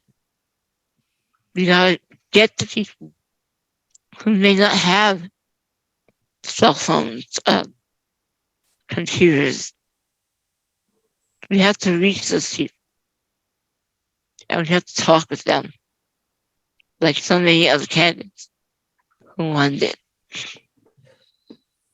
Nurturing patience and persistence, but keeping a fearless heart, not to be too discouraged, be sad. I went through a period of wanting to really be reclusive because I felt really exposed and so in public eye. I'm not a public person, but running, I was visible. Mhm. And have a plan to protect our mental, physical, economic, and spiritual being. Thank you, Makai. We have a couple more speakers, and I hate to cut you off, but we're almost at time, and so Okay, I'll just say this last part about protecting one's space. I think that's something we don't talk about in running for office, winning or losing. And how do we do self-care? How do we show up for each other and protect ourselves? We should talk about that as well. Thank you. such words of wisdom. Thank you, Makai. And she's also a part of the Equity Summit and organized this event this evening. And we're going to move quickly to Aiden Hill, a candidate in 2022. Go ahead, Aiden. Thank you, Makai. Thank you so much, Cheryl. My name is Aiden Hill. I use they, them pronouns. I live in the South Side neighborhood of Berkeley, lived here for 7 years as a renter and student, grew up here as a 12-year-old when my sister came to Cal. So I did write something. I'm just going to read it and try not to focus too much on the interactions, the comments. But I tremble for my people when I reflect that God is just. Frederick Douglass. I'm so glad his justice will not sleep forever. Cheryl Davila, thank you so much, leveraged their privilege, their position, her power, her name for me to be on the Homeless Commission back in 2019. I only needed a little crack. We wrote the People's First Sanctuary Encampment model, which has changed homelessness in Berkeley ever since. Originally, people weren't given shelters to go to. There would be no roadway in, but we put that through. We demanded privacy of encampments, regular trash pickup, water, and sanitation, the basic things that everyone should have.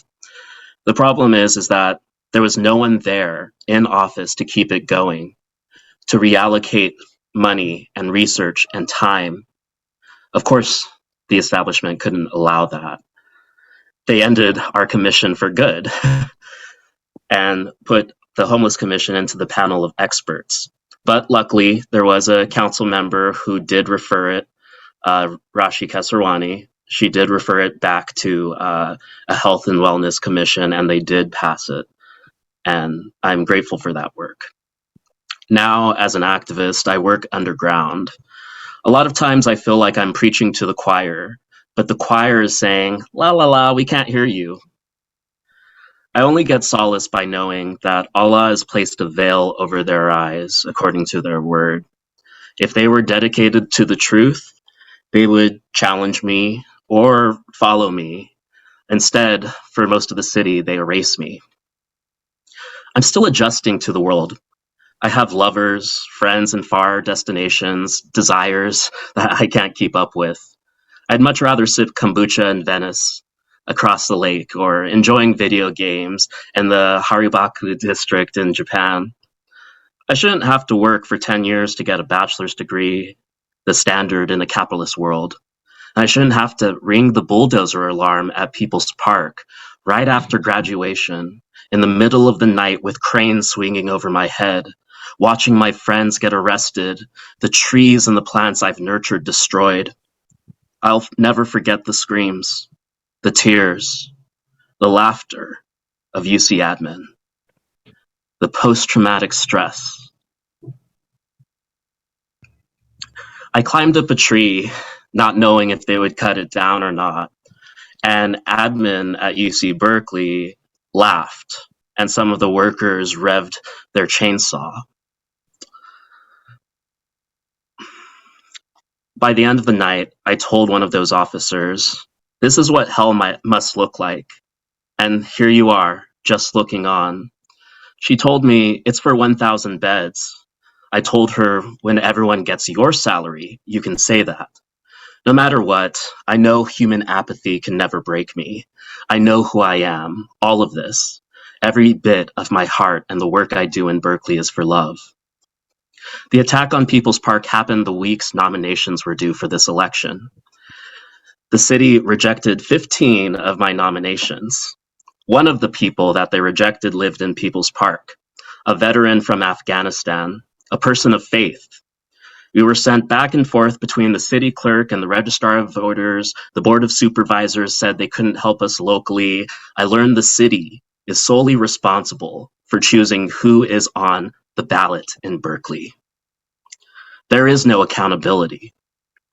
I learned from my Black Panther friends in Telegraph that this is something that happens in historically red line districts. People are prevented from seeing their choice on the ballot.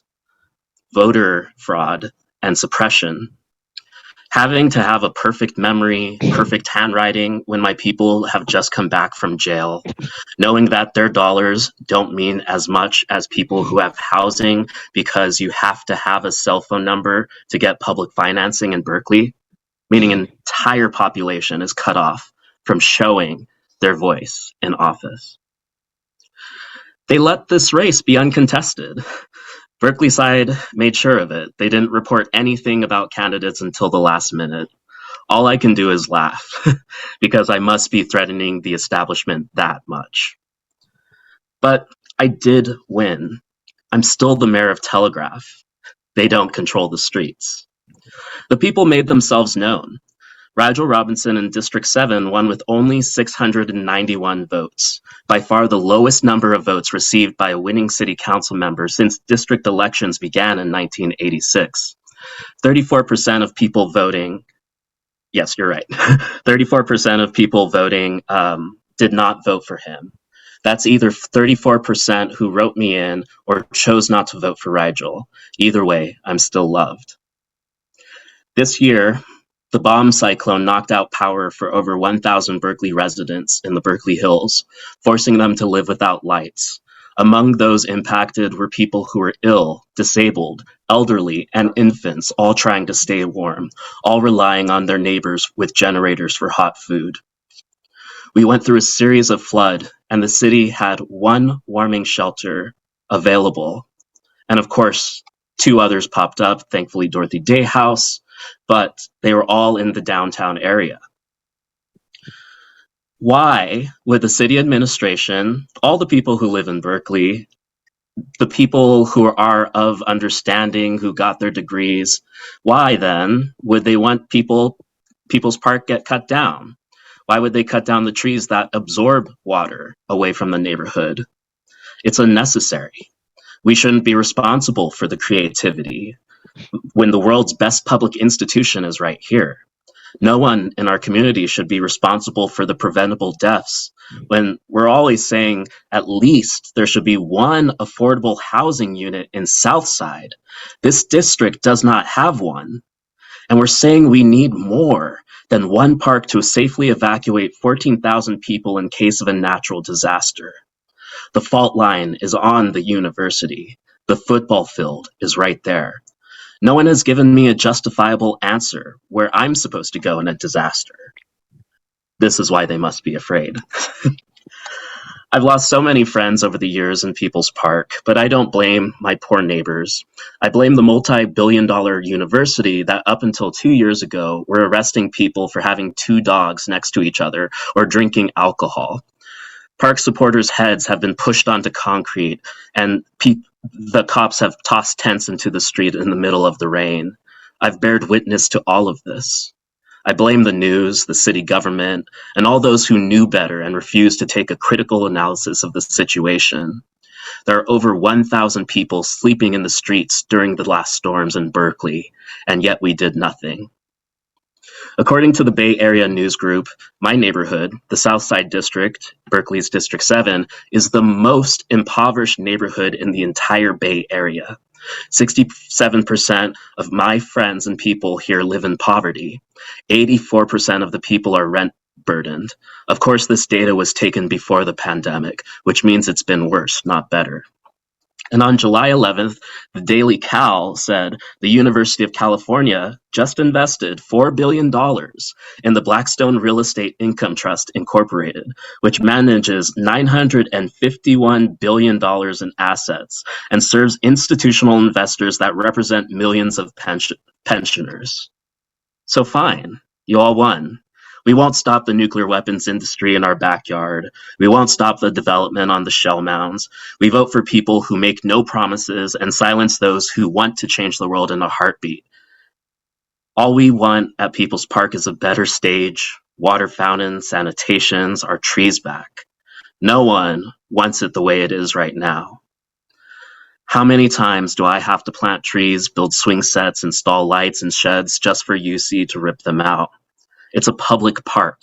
Every single neighborhood deserves a park. This isn't even a question, and yet still, people in our communities will bend over backwards for this billion-dollar institution, saying that some help for a few people is better than help for the all. We want all the death to stop. I want the death to stop. I ran for office just so I can have 4 years, even less than that, just to get a little money in my pocket to plant a few trees. And luckily, with the voters' help, those who donated to my last campaign, we did buy a redwood tree. It is planted in People's Park. Its name is Dawn, and we are continuing to invest in our community. But something else is scary that's looming over our head. The city of Berkeley no longer has under $1 markets in its area. We know that McDonald's is going up for development. About over 300 feet is what they want. But a big reminder is the minimum wage in Berkeley is only $16.07 an hour as of 2020. The average rent for one person in a one-bedroom apartment in downtown Berkeley is about $2,200 as of 2022. A full-time minimum wage worker will make about $2,570 a month without taxes, without all the other things, which leaves around $320 at most for living expenses. This is unacceptable, and yet we're here. How can someone live happily as a student or unhoused person in such conditions? Parking fines, overdraft fees, heating and electricity. Only people with higher incomes or those relocating from different areas have a chance to make it in Berkeley. The poor are swept away. If and when I run again, of course I'll change this. Or, this information will be leaked and changed before I win. Either way, it's a win for the people. This is my activism, my work, using our knowledge to change hearts and minds and ultimately the culture in this community. The minimum wage in Berkeley is so unacceptably low and should be remediated immediately. According to my research, the minimum wage should roughly be at the minimum $22.60 an hour.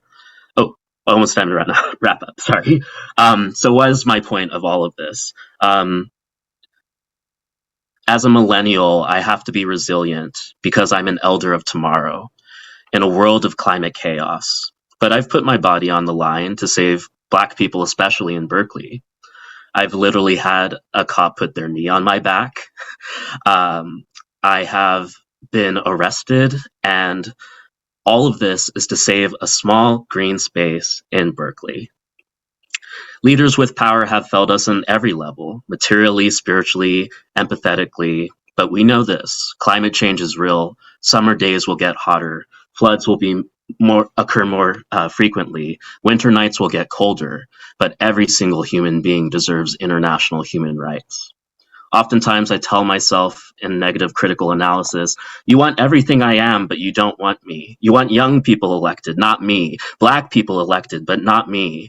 But I've learned all the things I've done wasn't a waste. I've learned that it's more about the public leaders who have hurt me, but I'm not pressed. My soul is alive while my body toils and mangled in the pipes. Something I came up with is love knows what love is. It does not deceive, so love must be risen to, not fallen into. Therefore, love makes all things possible. And in this world of so much terror, where right now on the news, images of Black death is streaming across every household, what we need is freedom from stress, freedom to love and be loved, a world where institutions give parents and children fundamental human rights, where people are supported and safe, a future where your voice will be heard, the opportunity for beloved communities, not to have their shoes melted on concrete because of the heat island effect. Frederick Douglass said, and this is my last one, Frederick Douglass said, I'm so glad that his justice will not sleep forever. And I feel that day coming. I feel the light growing. And I know people are carrying their own lights, and we are making this our battleground. I tremble for my people when I reflect that God is just. But I know for a fact his justice will not sleep forever. Thank you. Thank you, Aiden Hill. That was amazing, as I knew it would be. And so we're running a little late, but I hope you're all still here. So we're going to keep it moving and try to get through the rest of the program. And next, we're going to hear from Mary Lee Smith. Go for it, Mary Lee. Thank you for being here. Thank you, Aiden. Thanks so much. My name is Mary Lee Kimber Smith. I ran for City Council District 8 this past election cycle. I withdrew from the election before voting, but I can attest to Aiden's experience. The city does control the ballots. They wouldn't let a white person get off the ballot. I tried to do that. I filed something in court, and I guess they wanted more white candidates on the ballot than candidates of color. So nonetheless, through this experience, I was very much disgusted to see how so-called white progressive folks, stand in the way of Black political power, pretending to be allies, I feel, with their Black Lives Matter signs in the windows, but ultimately sabotaging the ability of candidates of color to win. And so I think when we're talking about Black political power, we have to talk about how white folks stand in the way. And most importantly, I think how white folk need to be stepping up to talk to their people and basically to promote Black political power. What I'm saying here, though, has a huge caveat, and that is when white folks step up, we don't take over. We listen, we support, and we find our lane. And our lane most often is talking with other white folks.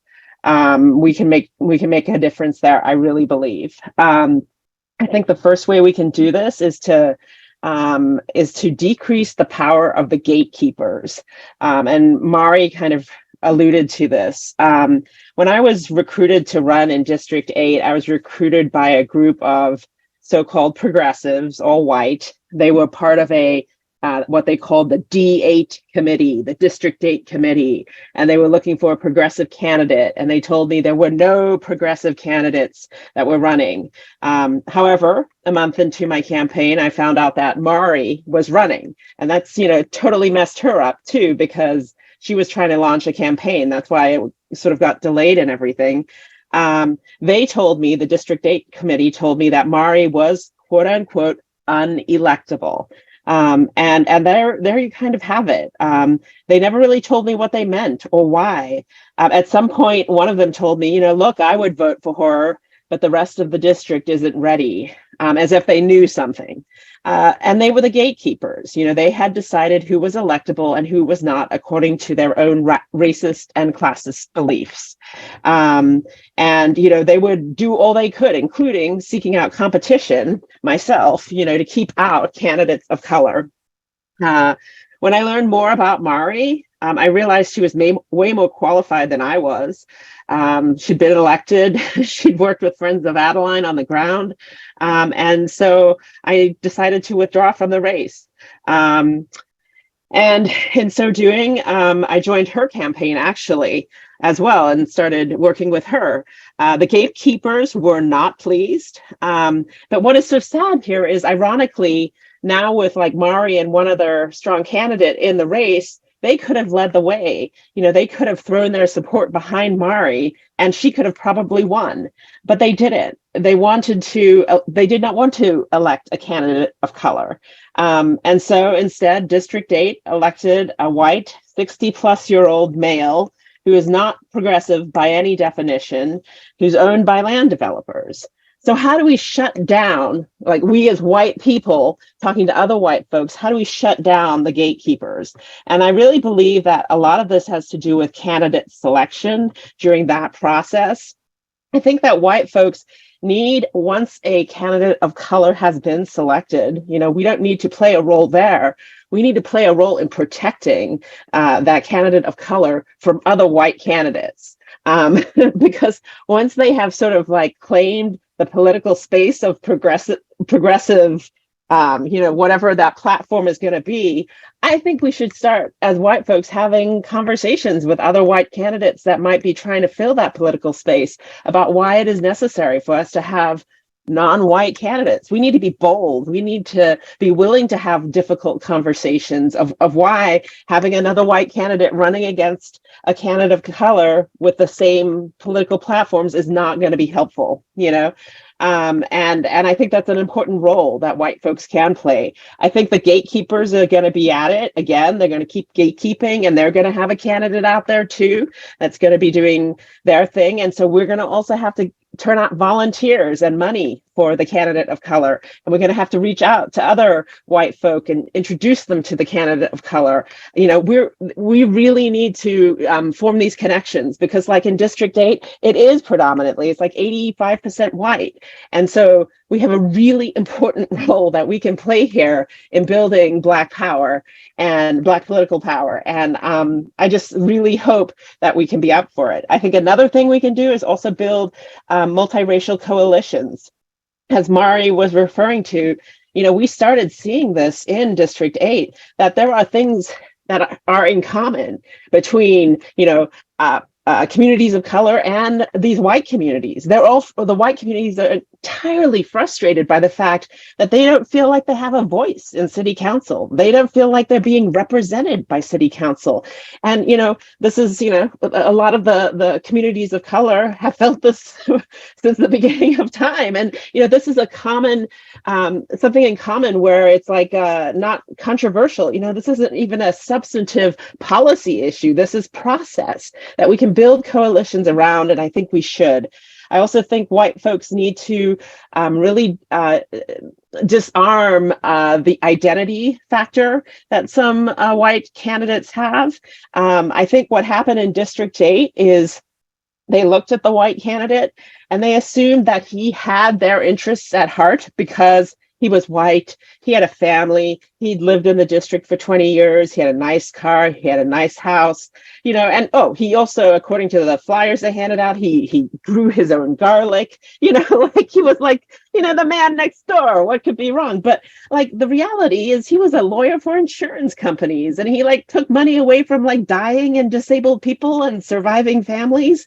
And he's a lawyer for developers, who's going to bring these developers into Berkeley, taking away affordable housing. But nobody spoke that truth, And so I really believe that, a lot of white folks looked at this candidate who was white and saw a lot of similarities in both racial and class identity and felt that he would represent them.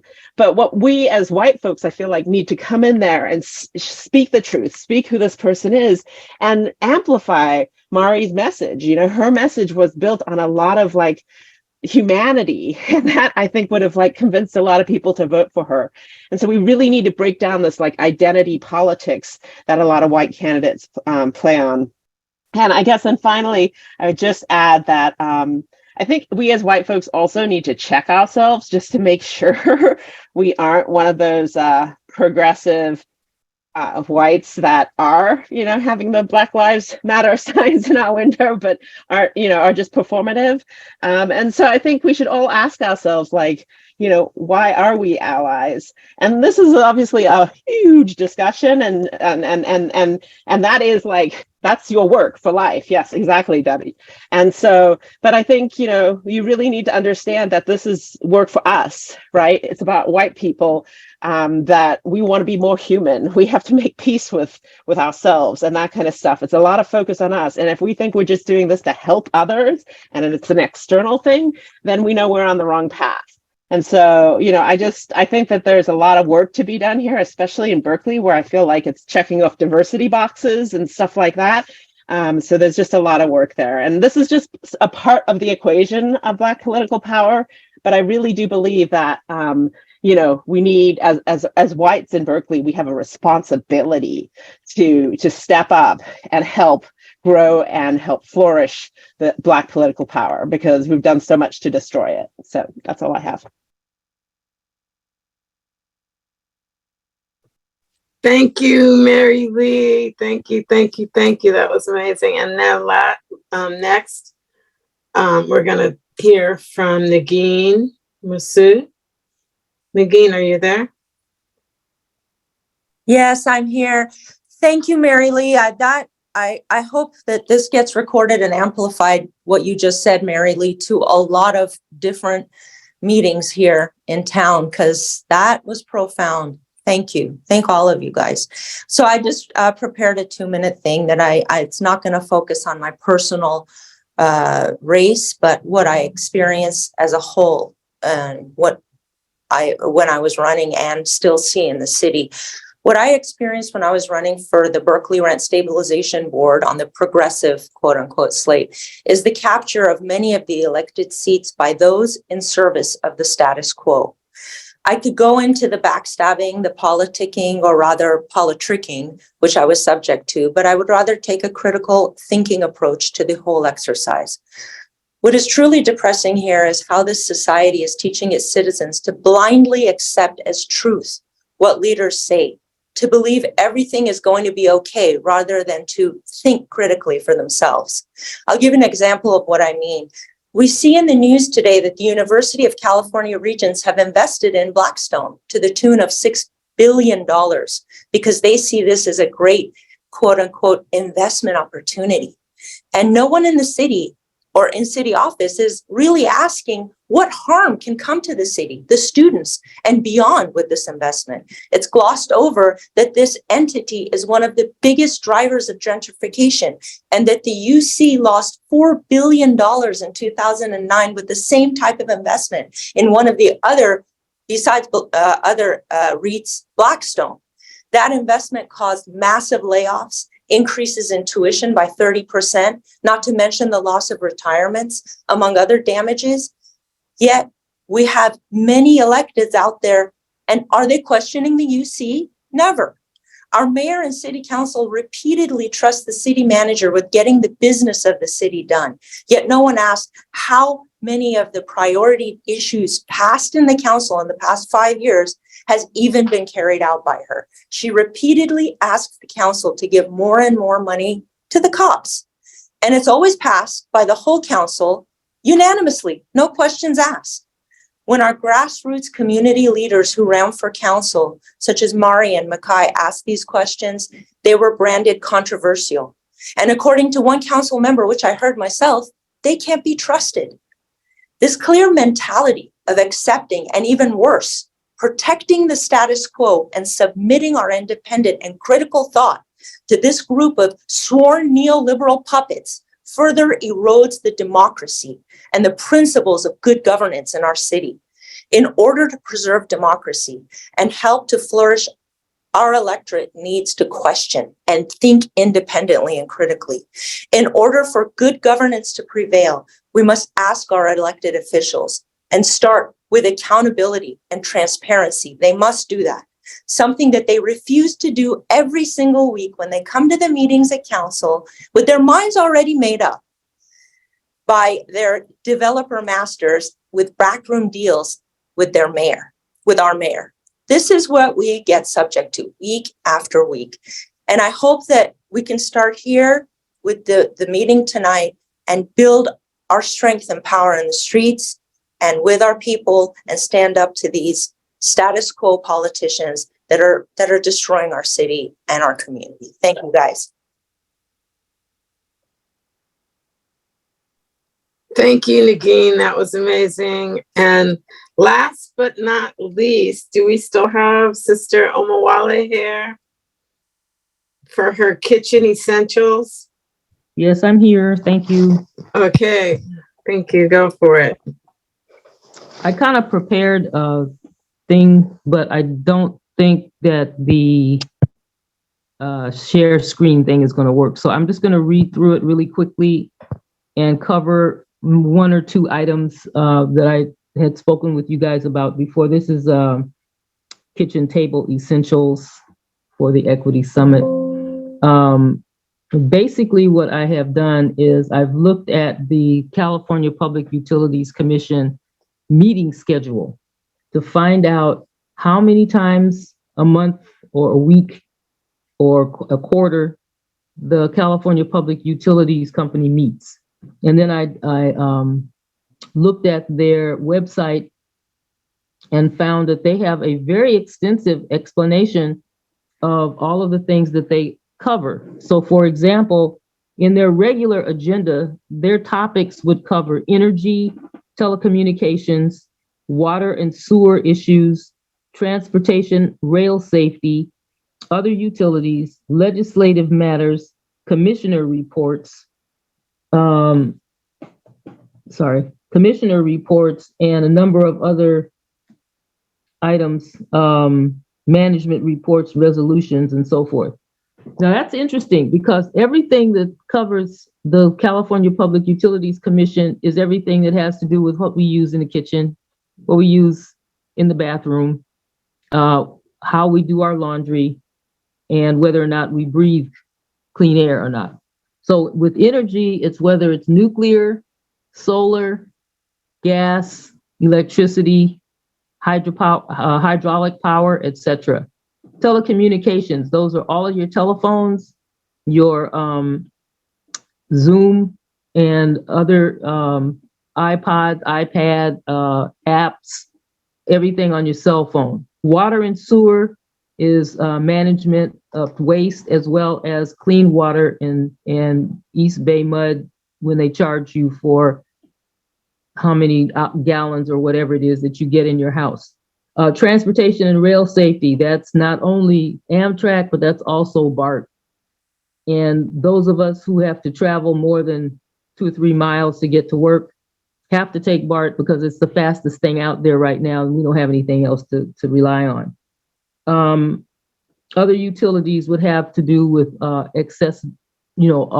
ancillary vendors, like the one in Berkeley that has that uses the energy company, the third leg energy company to deliver gas to homeowners. It's supposed to be cheaper, but or more ecologically safe, but really it is not. It's actually paying a third person vendor to increase your gas delivery supposedly more safely, which takes the burden of responsibility off of PG&E for keeping their gas delivery stations clean and clear of debris that have caused fires, Camp Fire, Paradise City Fire, et cetera, et cetera.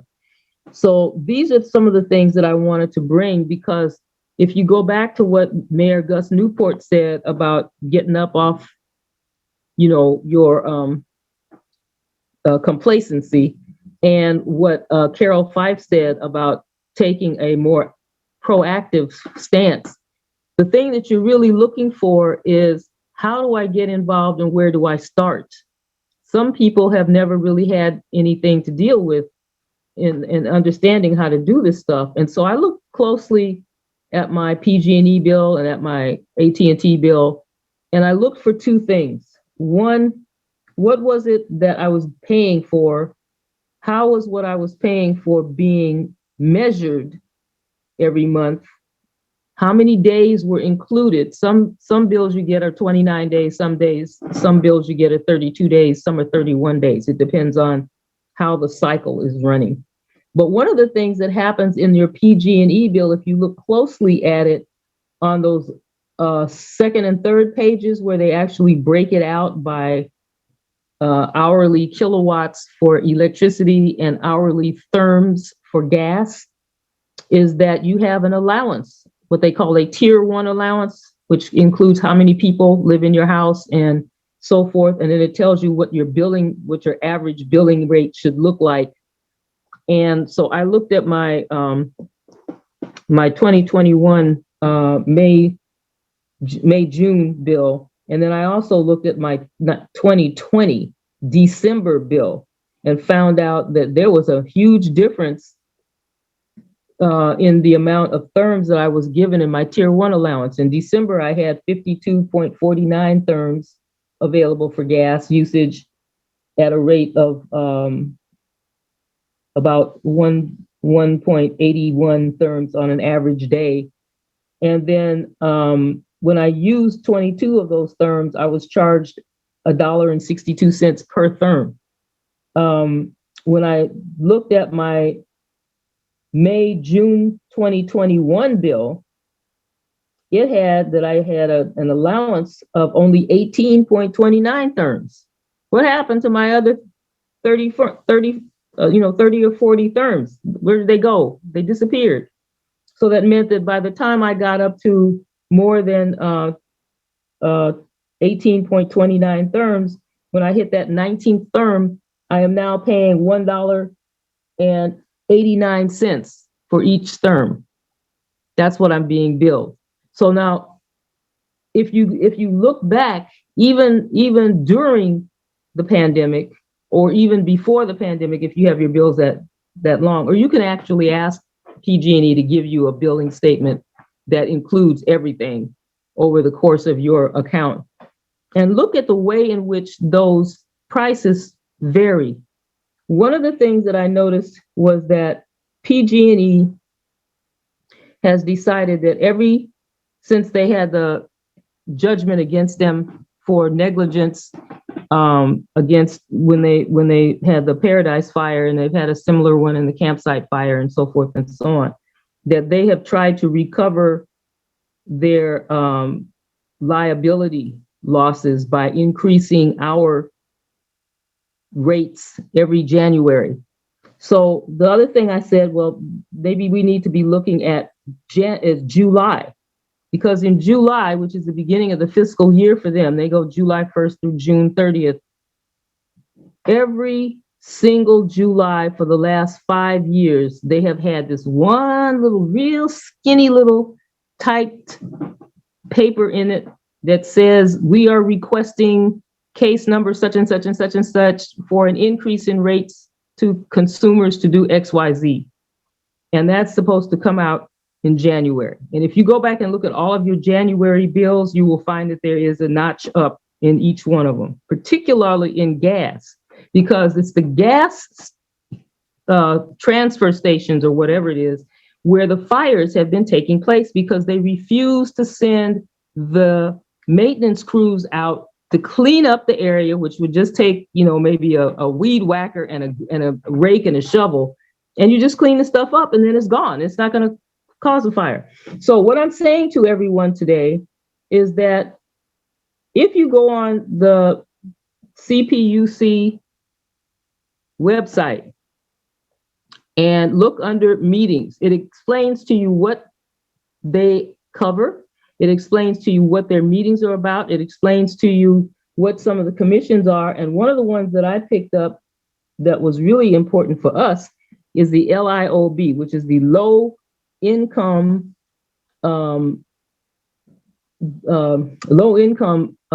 Committee that decides what the policies for billing are going to be for low-income people for gas and electricity.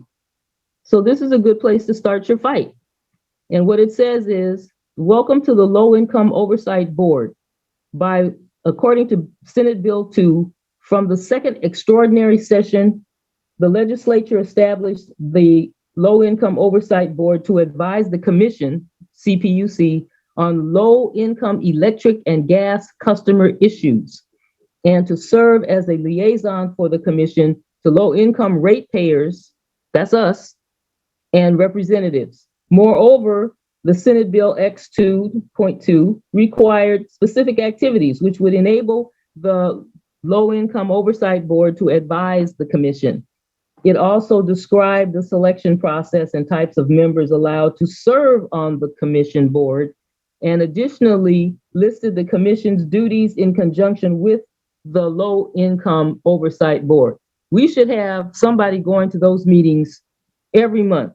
So the next meeting for the Low Income Oversight Board is next week. It's February 3rd at 10 o'clock, 10 to 11:30. Most of it is on Zoom. The meeting after that is February 17th, I believe it said. Yeah, February 17th. That one is at 11 o'clock in the morning. And then there's another one on March 17th. Another one after that, April 21st, May 19th, June 16th. I mean, it just goes on and on. So the issue is that if you get 2 or 3 people in your neighborhood or a couple of relatives, and if we can get a consistent series of 2 or 3 people from different communities all saying the same thing, we want the board, we do not want any more increases in these things. Or if you go and you just have to tell them. And so the CPUC page tells you all of this stuff. And if you want me to send it to you, I'll be glad to send it to you so we can get it out. But I also included the HTTPS links so you can read it for yourself, and it tells you how to fight. It tells you how to fight. So do the same thing with AT&T and PG&E, and maybe we can get some community unity going on here, and then we'll really have a foundation, because that will help us keep people in their homes and help other people get into their homes. Thank you.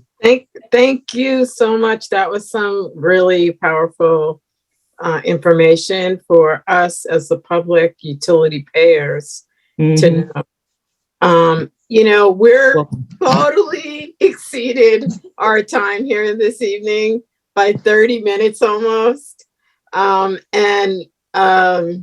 Clearly we need to do this again, maybe so that we could just have some more dialogue. But anyway, it's been an amazing evening. Thank you to all the speakers. Thank you to the Equity Summit Alliance folks. Thank you to you, the public that have been joining us this evening, extended for 30 minutes.